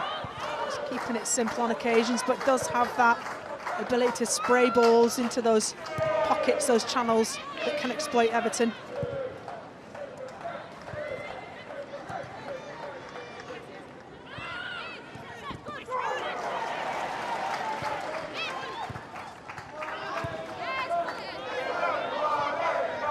What do you put that goal down to? Is it just a lack of communication, or poor decision making?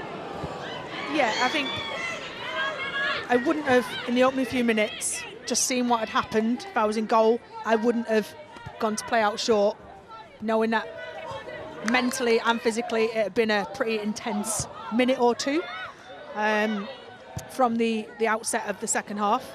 And just give my players an opportunity to push up the field. Even if you, from a goal kick, turn over possession from that long goal kick, it's higher up the pitch. But then, second part of it obviously was a lack of awareness of what is around you from Meg Finnegan. Now, whether that comes from a lack of information with that pass out from Sandy McKeever, we don't know. And Bagard. Sorensen, this could be an opportunity. Christensen being wrestled to the ground with Carter. She doesn't seem like she's making too many complaints about it. Yeah, I think it was contact, but it's football, isn't it? So I don't think there's anything that Amy Fern should have blown about. It's just running together.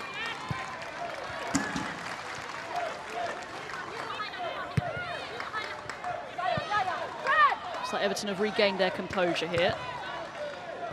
Bjorn.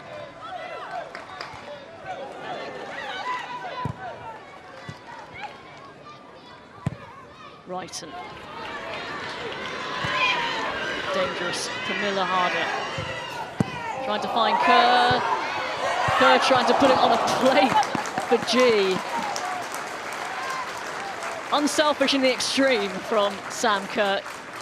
I can't see Emma Hayes, but I can imagine she will not be happy with Sam Kerr passing from, what, 3 yards out? 4 yards, 5 yards out? But she felt it was the best opportunity. We talked about in the first half that what Emma Hayes will be saying to her players is, with those chances that do come about, because it's quite often difficult to carve open a chance, you have to be clinical. Tony Duggan ready to come on for Everton.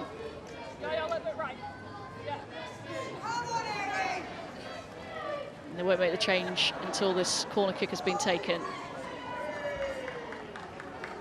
Cuthbert's delivery, it's Bright across the face of goal. Kirby trying to force it in, and it's a decent stop by McKeever. It was excellent when it comes from your near post side as a goalkeeper to get yourself across and in the right position to be able to make a save, get on that angle. Great block from Dan Turner, really good recovery from that initial shot from Kirby. And again, agile Sandy McKeever to get up and turn that around the corner. Another corner. Brighton this time. Cleared up towards Anne-Bagard.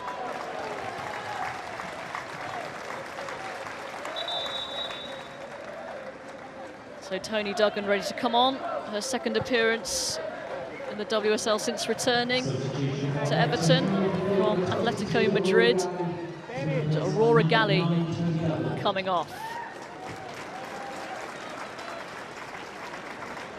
So it'll be interesting to see how Everton line up from here. Forward on for a midfielder.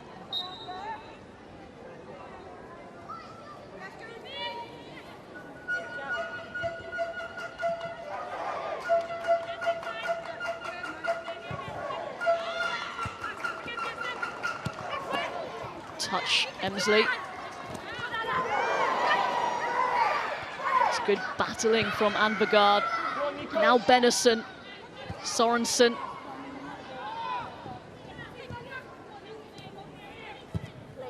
Bjorn.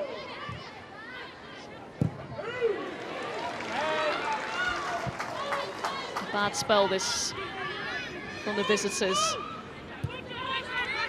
In the introduction of Duggan means Willie Kirk feels that there is something here for them.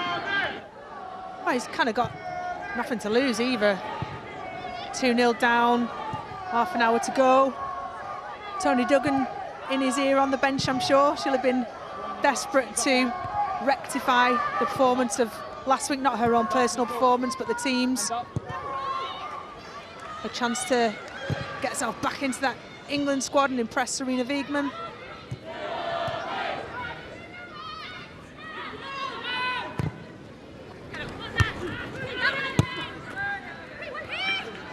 Harden. Wrighton. No one pressuring her. I think that took a nick off McKeever. Could have gone into the net instead. It goes all the way through. Wasn't it? Just smash as hard as you can. Hopefully it will ricochet off someone. Options limited once you're at the byline. Yeah, I think it's 5-4-1 for Everton. I think we've still got the 5 at the back.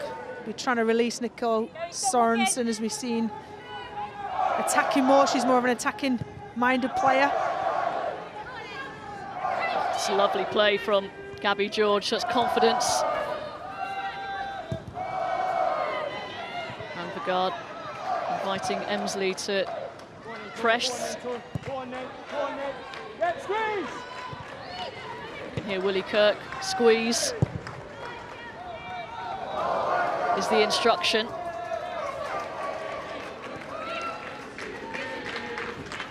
Start squeezing up and defensively, yeah, that's great because you're reducing the gaps between defence and midfield, but against a team like Chelsea, give them space to run in behind. You've got players like Cuthbert, Frank Kirby, Sam Kerr, all electric pace.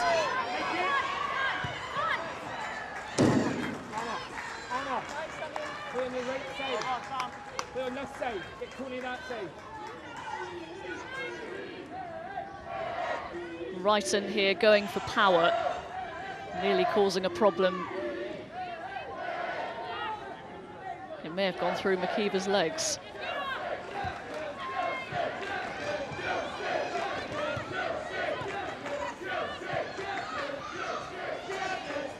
Anvegard.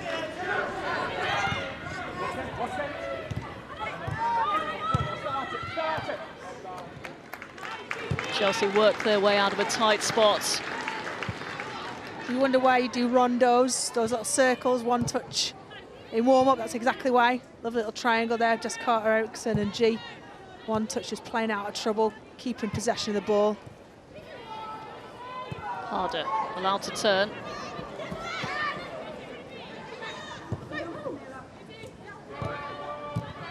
Christensen.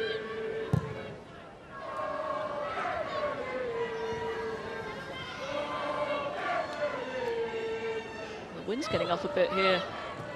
Yeah, I told him to put the aircon on because I thought you were about to pass out with sunstroke, so you're welcome. And is it time to put the sunbed away? It might well be. Talking heated gilets before this match, what were you thinking? Always preparing for winter.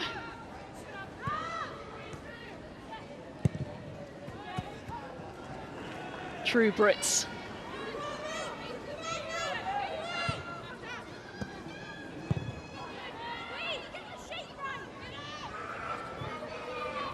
Too hot, too cold, too windy, not enough breeze.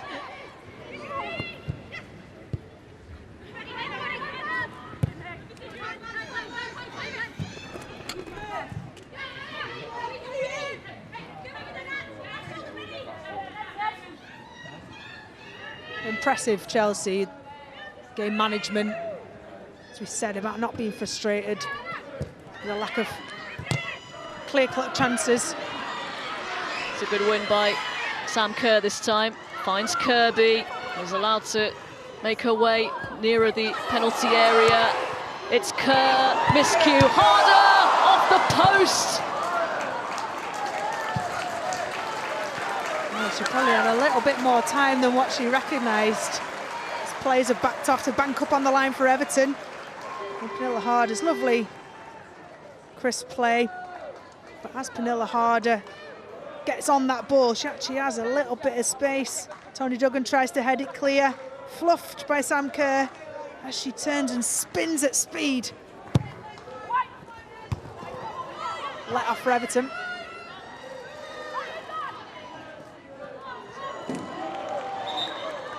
It's out of play. It's going to be an Everton throw. Still just about in this with just a 2-goal deficit, Everton. This was very close. Well, Claire Emsley for Everton is staying well and truly in that 9 position, 1v1 against Millie Bright. She does have incredible speed. Claire Emsley.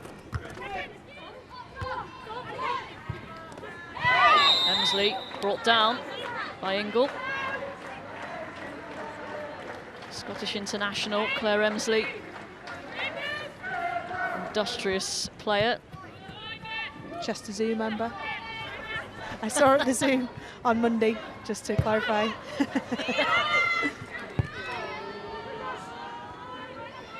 Good you did that, because I was getting slightly worried how intimately you know these players. You wonder what players do on their day off. They hang out with the Penguins.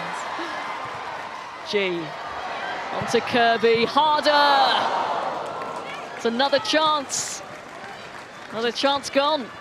She's finding herself little spaces in the box, Pernilla Harder. It's 2 minutes for her. You'd expect her to have put both of those away. Just managing to drift between players. She's kind of that extra player in the front 3. She's that 4th one. Everton find it incredibly hard to pick her up.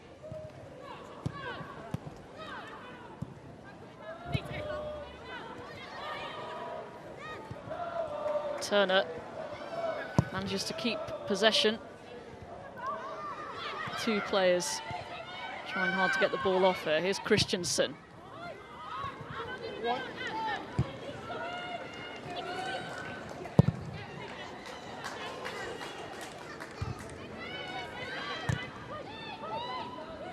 Harder. It's a beautiful ball. Finds Kirby. Trying to thread it through for Kerr. Lovely play, that. Great ball from Pernilla Harder, good vision. Heard Frank Kirby screaming for it down that right-hand side. Played excellently into the channel. Maybe just delayed a bit too much. Reduced those gaps, and Gabby George got a vital touch on it.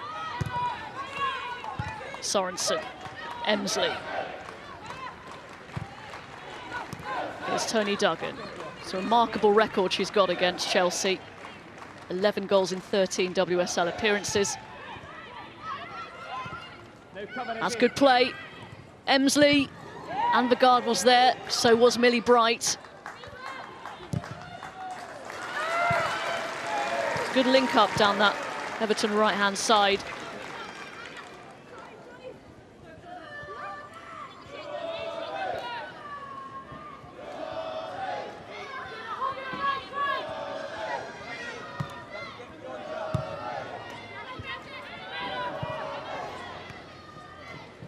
Carter gives away the corner. Valerie Gauvin is getting ready, and actually I think she might possibly be brought on before the corner. Maybe not. I'd bring enough her on. time. She's deadly from corners. One of the best, technically one of the best headers I've seen in the women's game. Everton have not had her available as much as they would have liked to. They won't have an aerial presence for this one, but chance from the set piece. Emsley with the deep cross. Berger got there. It's going to fall for Duggan. straight at Anne-Catherine There is an Everton player down here, it's Gabby George. I think she got clattered when Anne-Catherine decided she needed something to do in this game and came for that cross. Plenty of players around. Got enough of a touch on her to deflect it away from play. But I think it's a good delivery from Claire Emsley. I think she's didn't start the game against Manchester City. She's looked bright in this game.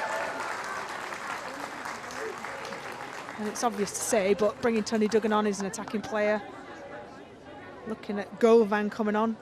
French international, out and out number 9. That Everton need to go for it. This would be a worry though. Looks like it's a facial injury for Gabby George. I know how tough she is. Can't take any chances though with these things. Absolutely. Good thing is she's sitting up. Today's attendance is 2,379. Thank you as always for your wonderful support. 2,379 inside Kings Meadow. We regret that due to COVID restrictions, the players will not be available for autographs and photos after today's game. We apologise for any disappointment caused. She looks happy enough. Here's the collision.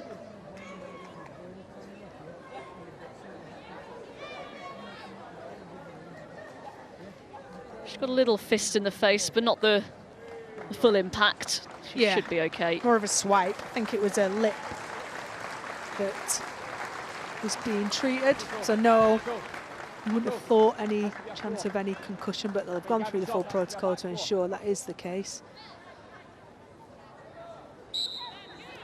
Govan getting ready.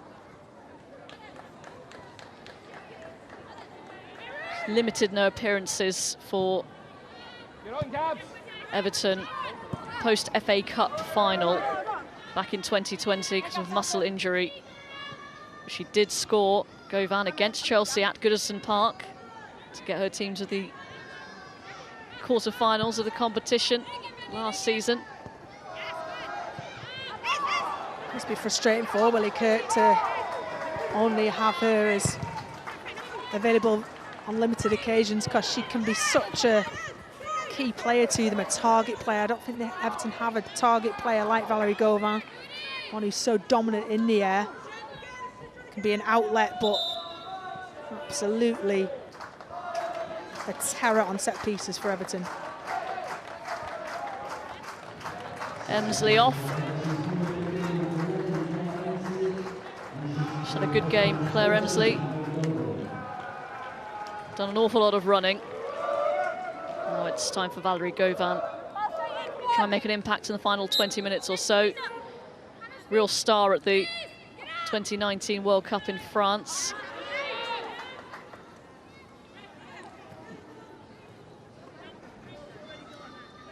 And Anvegard this time in a bit of discomfort.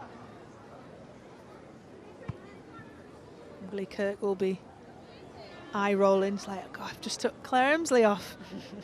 Brought on my number 9, and there's Anvegard taking a knock. Doesn't need the physio.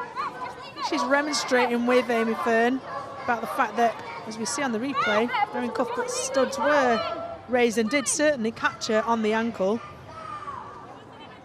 No yellow card.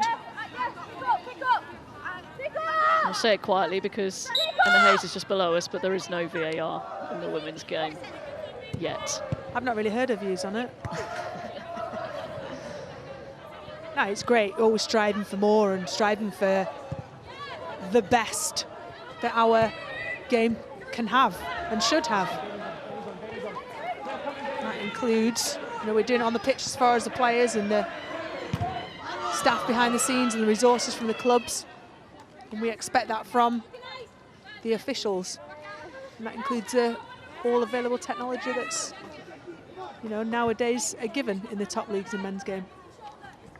It's not been exactly welcome all the time, though, has it? Not been widely received positively. Well, do you know what? Referee, I think but last season it was unpleasant to watch at times, the VAR decisions. But I feel this season within men's football. Here's G. Pick out some at the back post. Dan Turner was there for Everton. Christensen with the clearance. I think VAR will be welcomed in its current form. There is more support for referees and officials. I think that's the main positive. Bibiana Steinhaus, who's leading that. No better name refs. for that either. Cracking name.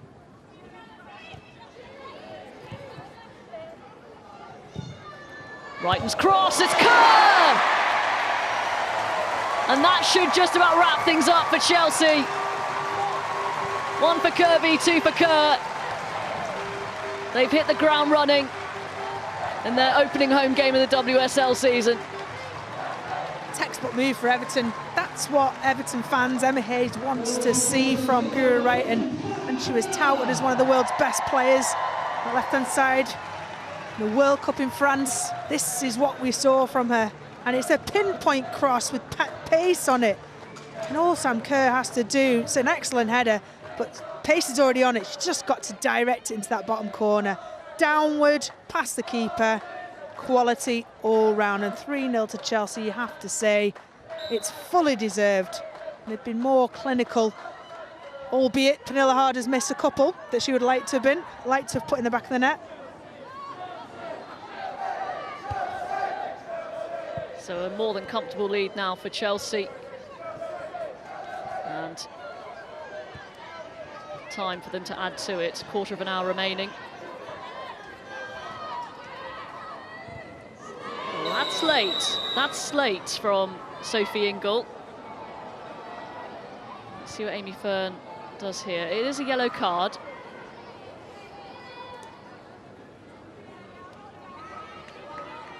George was caught and looks like she is going to require some treatment.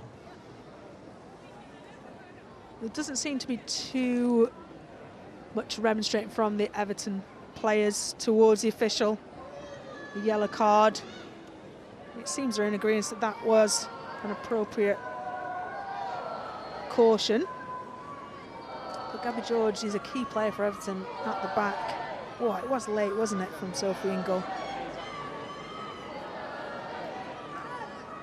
I have to say it's quite, in some ways, refreshing. Certainly from in the women's game, that, you know, they're almost, some would say, reluctant to hand out red cards, but they understand what football's about. That don't feel there's any intention to harm from Sophie Ingle. There certainly wasn't that, and also there was no surrounding the referee from Everton players, which you would perhaps see in the men's game a little bit more often. She certainly caught her with the studs.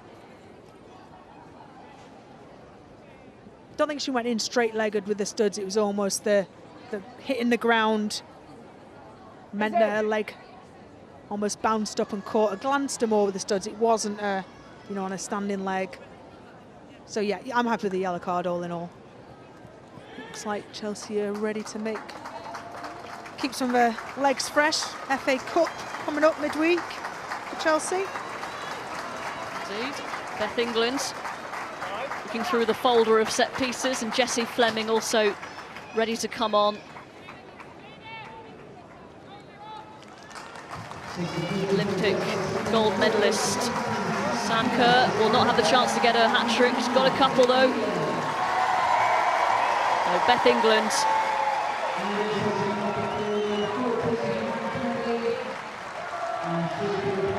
come on for the remaining 14 minutes or so.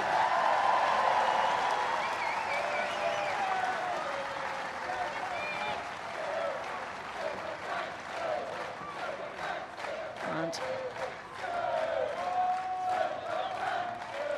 Frank Kirby also off. Jessie Fleming coming on. Canadian gold medal winner at the Olympic Games. So that's strike force. Kerr and Kirby off.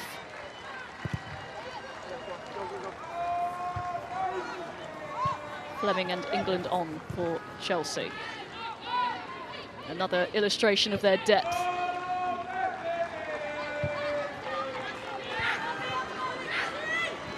It's Bjorn. Great play. Here's Duggan. Sorensen.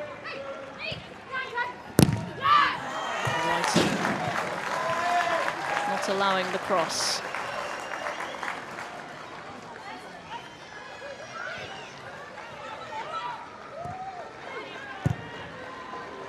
Christensen.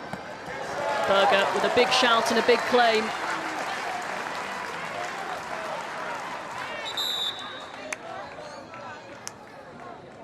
Yeah, excellent take there from Katrin Berger, German international, in goal for Chelsea.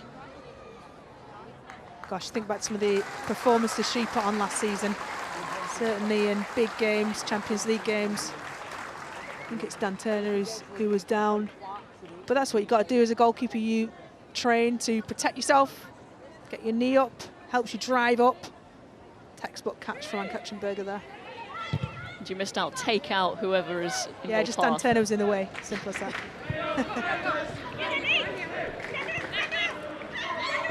Harder.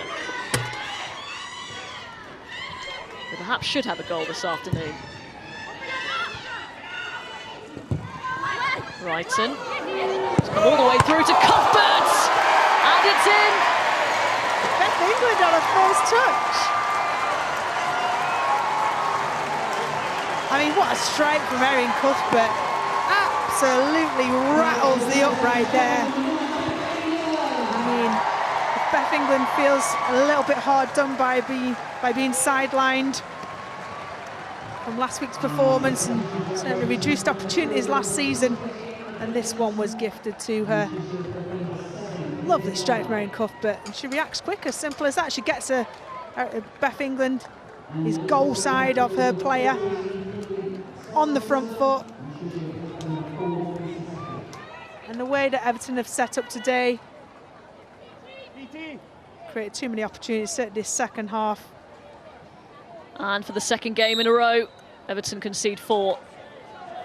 They didn't take a point, did they, from the top 3 last season? They're making an early claim to equal that statistic again this season.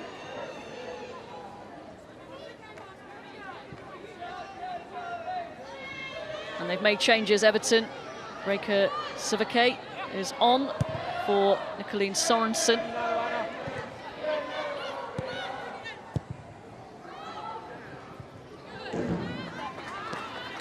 And Kenza Dali also on for the final 10 minutes for Hannah Bennison.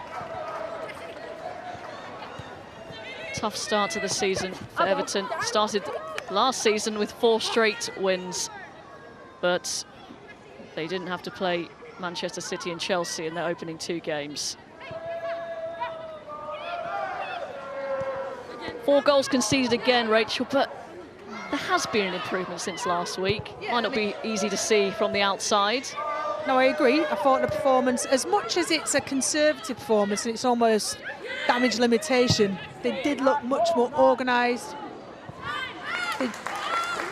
On the counter-attack, they did cause Chelsea a few problems. You've got to remember this, you know, they've only been professional for, both teams have only been, yes, part of the professional league for, this is the 4th year, but Everton really, with the turnover and Willie Kirk being in position for 2 years, the changes, the landscapes of the 2 clubs have been very, very different for such a long time. And actually to break into that, what you would call top 3, Chelsea, Manchester City, Arsenal, what they've been doing, those 3 teams behind the scenes for, much beyond the years of the league being fully professional, and even beyond just the 10 years of WSL. Look at their histories and what they've been doing. You know, they are still, you can see it today, ahead,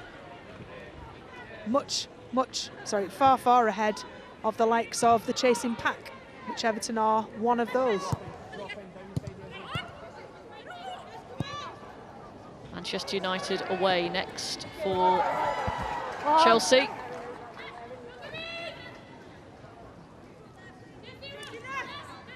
It'll be interesting to see how they get on against them.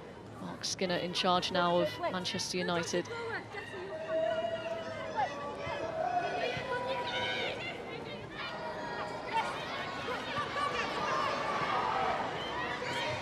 Chelsea sensing more. Cuthbert. G. Finnegan got there first. Kenza Dali will bring it away.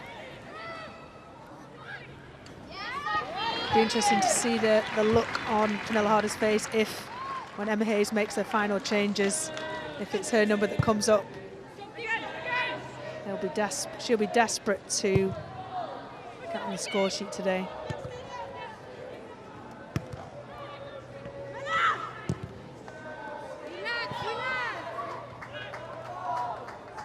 That's all you can do there.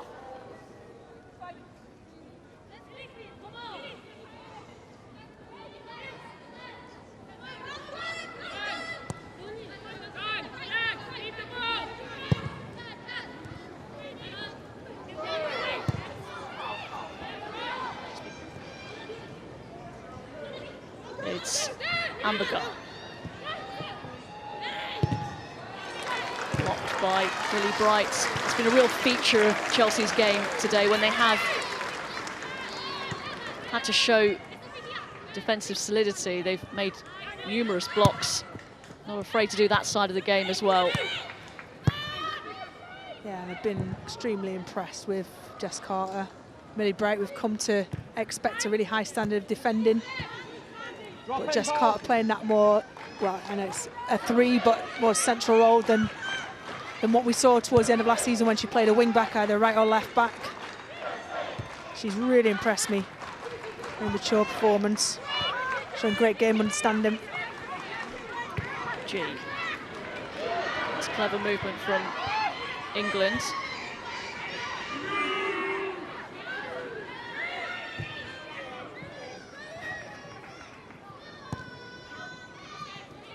G. Into Harder. Showing good close control once again. Cuthbert out for a corner kick.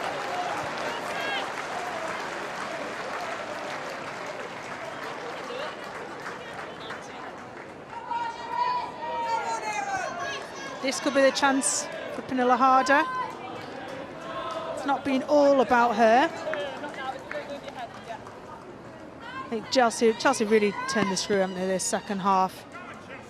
Dominated in every category. It's Cuthbert. Fleming was there. Govan fouled.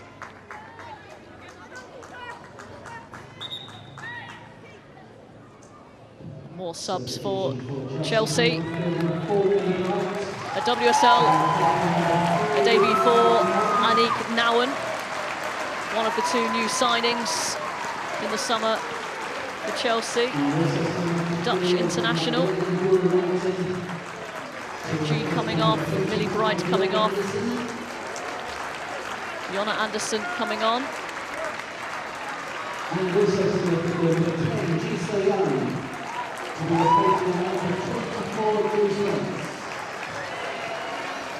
Emma Hazel and her team will be absolutely queued up and desperate to get a clean sheet after last week's performance, allowing Arsenal to score 3 goals past them.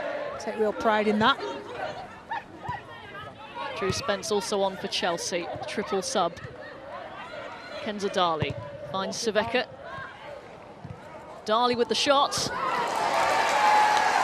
And really, in truth, that's the first thing Anne Katrin-Berger has had to do.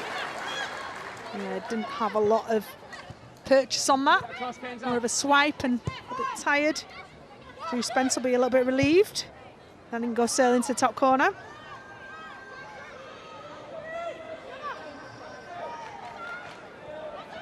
Finds playing time limited. Chelsea's longest serving player came through the centre of excellence.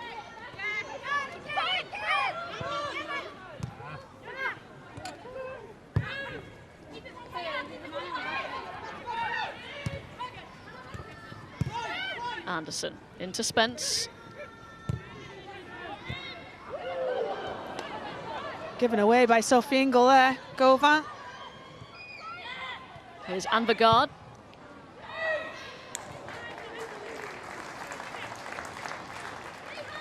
Final ball tired towards Kenza Darley. Surprised Kenza Darley's not been given a little bit more time.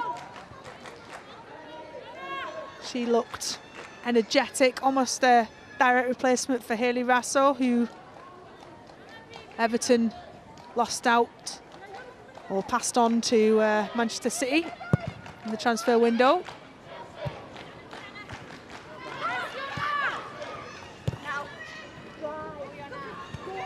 Here is Harder.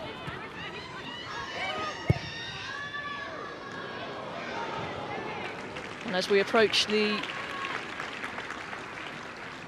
90 minutes, time to ask Rachel Brown-Finnis for her Barclays Player of the Match. Well, she's not got on the score sheet, but she's got as close as you possibly could. I think Erin Cuthbert has been outstanding today.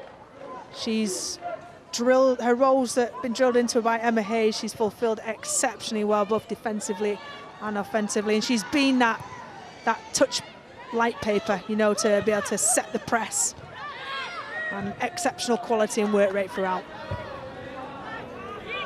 It's interesting, she said ahead of the season starting that this was the first pre-season in about 3 years that she's felt fully fit, injury-free, and you can tell.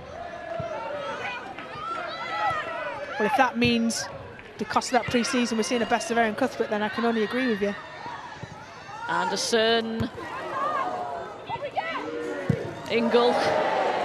She's scored from that distance before, but not very close on that occasion. She saw that replay, didn't she? It was exactly the same position as she scored, edge of the box, different foot. I think it was right foot at the last one. She scored with spectacularly well, but yeah, this one is probably more like the one she might see in training. Didn't even hit any of the supporters that time. Justifiably in Team GB squad, by the way. Missed out in 2012. She was touted as one of the players who could have made that squad. Second time around, she did her country proud.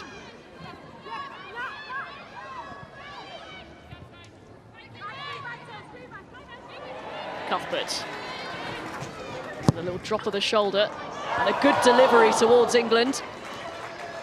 Finnegan did well to get there first. Brilliant delivery from Cuthbert. Pace on it, a little bit of outside of the foot. Darley onto Anne Begard. Bringing on 5 subs, Emma Hayes, what it does is that every player coming on is fighting for a position, and you see Drew Spence back there. Every player is wanting to start again next week. So I was seeing the best of Erin Cuthbert. I mean, it's such a great position for Emma Hayes and the backroom staff to be in. Severcutt, Christensen once again, and again into the gloves of Berger, into 5 minutes of stoppage time.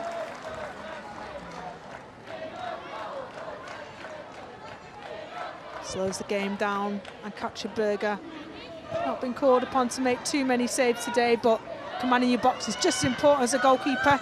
Passes on that little bit of, or a lot of confidence to your back line that anything driven in there, I've got it, and it'll be secure. She won the Golden Glove last season, and Katrin Berger would have been very disappointed not to start the season with a clean sheet, but it looks like she's going to get one in the second game. One that Emma Hayes had her sights set on for quite some time. She got her from Birmingham City back in January of 2019. Down the other end, here is Harder. And again, deflected. That was heading goalwards. Still can't get that goal that she's been threatening all game. She holds herself to the highest standards, and rightly so, and that's why she's one of the world's best players, Pernilla Harder. And although her team are winning 4-0 and she's a very selfless player, she'll be frustrated she's not got a name on the score sheet just yet. Cuthbert towards Jessie Fleming. Off target.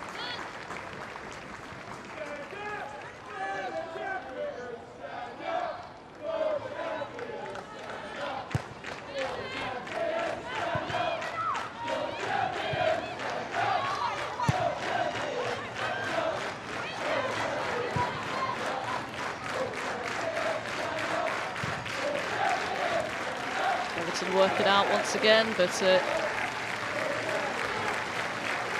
big touch from Kenza Darley. All in all, Very good afternoon for the Chelsea fans back at Kingsmeadow. For the first time in 18 months. It's not a bad looking ball. Govan can't collect.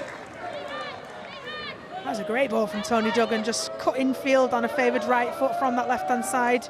Played it right onto the toe of Valerie Govan. It's definitely more than a half chance for her. With a little bit more match pace practice, she fired that home.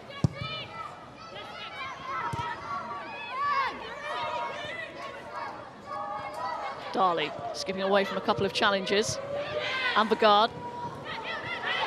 And the claims of handball, I think, from both sets of players there.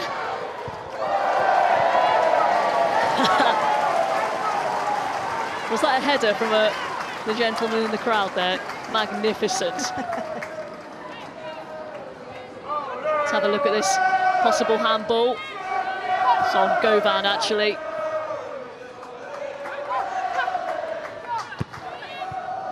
Don't need VAR for that, do we? No, Amy Fern in a good position. We've been bigging up Amy Fern pre-match. I think she's had a pretty good match. Been fair, let the game run. Long-standing referee. Certainly been around pre-WSL.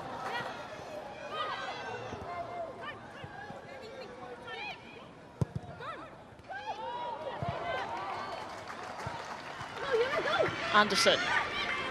30 seconds remaining of stoppage time. Spence. England.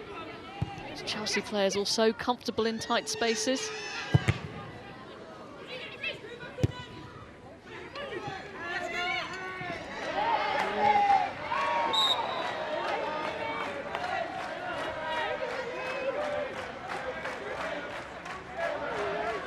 You might think Chelsea want to see this game out, but they're still always on the front foot, always looking for that opening. I think that's the right thing to do. Although Everton have shown glimpses of being dangerous. And Chelsea need to remember objective. Clean sheet, it is! Chelsea up and running for the new season thanks to the Kerr-Kirby combination.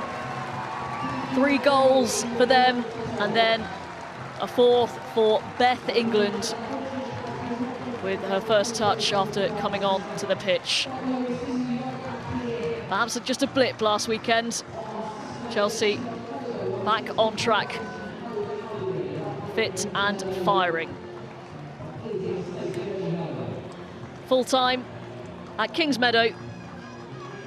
It's Chelsea 4, Everton 0.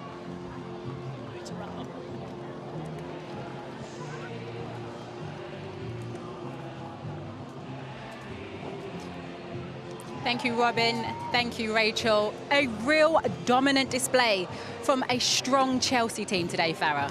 Yeah, they were fantastic, and it wasn't the start that Everton would have wanted in the second half. You know, a sloppy goal given away, and then that just gives Chelsea, you know, even more momentum in terms of pushing on and going for the extra goals. I mean, a 4-0 win, it could have been a lot more. And Farah, I mean, Anita, I suppose Willie Kirk would have been looking for a reaction from his team. Last week it was their heaviest defeat since they have suffered since 2018. Again, a heavy defeat. How deflated will they be feeling? Yeah, I mean, it's going to be very tough for them to regroup and try and bounce back. But, you know, they have to put it into context too. They've played 2 top sides in the opening of the season, in Arsenal and Chelsea. So, you know, they still have a lot of quality in their squad, and they'll just have to work on improving the areas that they didn't do so well today. And it's great bouncing back for Chelsea from that Arsenal defeat, really showing their signs of the real class that this Chelsea team have, Farah. Yeah, they certainly, you know, demonstrated throughout the 90 minutes, you know, the class and the squad depth that they've got. I think even the changes that Emma Hayes made, it didn't make any difference in terms of the momentum and intensity that Chelsea played with. So, yeah, they're a fantastic group of players, and they spoke about it last season. The opening game it was a defeat for them, and they went on to win the league. So they're probably hoping for much of the same this season. And it was, they came out in the second half, straight out of the blocks, and we know it was a mistake from Everton, but Sam Kerr is showing her experience to be there and react. Yeah, and that's what Chelsea did so well in the first half. I think their front three pressed, you know, really aggressively, and we spoke about at half-time, you know, Everton taking risks in terms of playing out, and they made a mistake here in terms of playing out Megan Finnegan, you know, the one who gives away the mistake and the ball, but it was the press from Frank Kirby that was fantastic, and then, you know, is rewarded with a goal. And it was. It's that combination, is it? The quality that they have as a front three, Anita. Yeah, absolutely. You know, as Farah mentioned, you don't want to give them opportunities to be clinical. And obviously the mistake led to the goal, and they're going, you know, they've just got that prowess in and around the box, and that instinct and that killer instinct, and you've seen that today. It's that mixture that they have, Farah, of the experience, the class, and the winners. Yeah, they have all of it. You've seen how they use the ball, and you know, they were moving it from side to side and really trying to stretch this Everton team, and then those moments that they needed to penetrate and be clinical, they showed that today. And as you can hear, there was a loud applause in the crowd as Chelsea manager Emma Hayes walks over and joins us. Emma, a huge congratulations. Thanks. You got the reaction from your team that you wanted today. Yeah, look, I didn't feel what we did was poor last week. I thought we defended 3 long ball moments really, really poorly. We were rusty, but we had 62% of the ball, and a fair result was probably a draw last week, but fair play to Arsenal, fast start, but I know we're capable of this performance. Emma, I have to ask you, because I'm sat smiling watching a certain player of yours, Jess Carter, and her quality. And for people that don't know at home, I remember a young Alex Scott that you took to the side, made me work on my game. You spent hours with me to change my mentality. Her too. Oh, I was going to say, are you working with her? Does she have the belief? Because she has pure quality, Emma. You know, Jess will probably tell you I've been really tough on Jess, really tough. But that's because I believe in her, not because I want to be. And I think England have got themselves a fantastic player. She's got everything. She's got pace, she's got composure, she's now got the day in, day out mentality. That's what I think's taken her a bit of time to gain. I think she got it at the back end of the beginning of this year, and she's gone on and she's deserving to be in the team. Before the game, you spoke about player welfare. You now lose your players again to the international scene. How hard is that to juggle that within this team for them to keep that motivation, to keep going? Listen, winning's not boring. It's an exciting thing, and I always present performance as that. You've got a stage, you've got a brilliant fan base, you've got a style of play they're all enjoying. I think our football's getting better. That's one of the things we're working on a lot, being calmer in possession in certain situations. But today was about a clean sheet. And Farah was saying at half-time about how you were so dominant and overloading down the channels. Yeah, look, Anita Asante, she's played in this system while we've been here. I love playing this system, but I also think we got the ability to go from 3 to 4. We got the ability to overload outside, inside.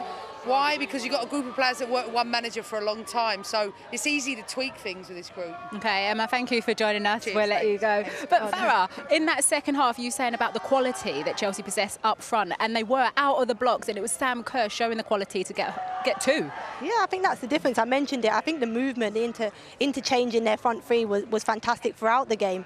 And I think, you can see here, we spoke about the press, and this is the second goal, and Sam Kerr's first. I think the press just unsettles the Everton back four and into making a mistake and then just putting it into an empty goal. So they did this throughout the game, and as I mentioned before, I feel like there could have been more than 4 goals. Again, you know, overloading in wide areas is where the third goal comes from, and Sam Kerr unmarked in the middle of the box. And that's the difference, you know, Everton didn't get a body on those players in the box. You've got to have a feel where they are and stop them. If you can't jump with them, at least get a block on them, and that's what led to these moments where they scored. And you can see Sam Kerr, the celebration, and just how happy that she is right there. And the ability to keep going and wanting more, Farah. And that's what a good team does. I think a good team don't settle. And I think Chelsea showed in the second half they weren't just settling. And once they got that second, the third, I've said it. You know, and the fourth now. Yeah, the fourth here. I mean, again, Evan Cuthbert, who for me was fantastic throughout the whole game. A fantastic strike, and you know, Beth England in the right place at the right time, and it ricochets straight to her feet, and again into an empty net. So it's fantastic. But for me, Everton and Willie Kirk, he must be frustrated because the numbers of Everton bodies in that box to defend it compared to the Chelsea, they should be clearing line. These goals shouldn't be put in as easily as they were today. And there are a number of players that we can talk about, but the player of the match, Erin Cuthbert, is joined by Kelly Summers right now. Erin, Chelsea's season is up and running. How good was that from the whole team? Oh, I think we needed it. We really bounced back after the disappointing defeat last week. I didn't think we were miles off it last week, but you know, we came out and showed a real statement of intent today in front of our fans. They were brilliant. They were pushing us on the whole game, so we really appreciated them. 4 goals, and I'm sure you enjoyed them all, but particularly that 4th one. Did you think that was in, that it was going to be your goal? Oh, I did, and then I just saw it bounce out. I was gutted, and then obviously Beth, it just fell perfectly to her, and she tapped it in. But goal, assist, doesn't matter to me. The balls went in the net. Well, you are standing there holding the Barclays Player of the Match trophy. What a game from you today? What an opening 2 games from you. After the disappointment of the summer and missing out on the Team GB Olympic squad, you must be delighted with how you've started this WSL season. Yeah, look, I took a lot of time in the summer to reflect on myself, and you know, it was a disappointing season personally last year, but it was a great season for the team, so you can't be too disappointed. You just got to see perspective at all times, and for me, I kind of done a lot of soul searching in the summer. I spent time with my family. You know, I hadn't been home in about 18 months, so spending time with my family, it really refreshed me, and I think I've came back fighting, ready to compete and ready to put, you know, play wherever Emma puts me. It was wing back today, and I'm just ready to do a job for the team. Well, it's certainly paying off. Congratulations. Thank you. Cheers.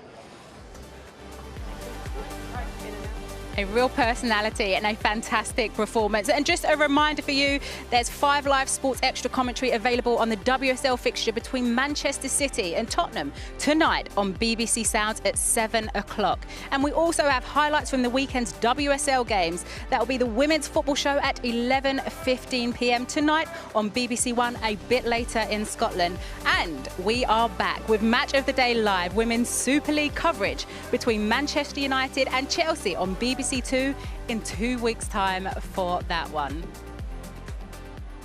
It was all about the reaction, the class, and Chelsea showed that today, Farah. And I didn't expect anything different from that. I think, you know, Emma Hayes mentioned at the end of the game there that, you know, last week's performance wasn't as bad as maybe the result played out, but yeah, they've certainly bounced back, and it's a team that we speak about with such quality and depth. I think the whole squad, in terms of the 22 that she has available, is going to help them progress through all competitions this season. And Nita, just a quick one before we go. You talk about leaders; they need to step up in that Everton dressing room now. Yeah, absolutely. You know, there's a long season ahead, and they've still got to stake a claim in their place. And I think if they can rectify some of those situations and use more experience and leadership to manage those moments, especially when you go a goal down or the mistake that led to the goal, that will allow them to stay in games longer and compete. Okay, well, thank you for joining me, Farah. I know you're staying on for highlights, Anita, but thank you very much. Thank you for joining us at home. Well, the sun has been shining here at Kingsmeadow. Chelsea brought the heat, and Willie Kirk's team certainly felt it. Goodbye. The defending champions back at their home stadium, back in front of their own fans. Sam Kerr couldn't beat McKeever at the near post. Fran Kirby with a wonderful goal. Oh, dearie me. I mean, there are gifts, and then there's that. And that should just about wrap things up for Chelsea. They've hit the ground running in their opening home game of the WSL season.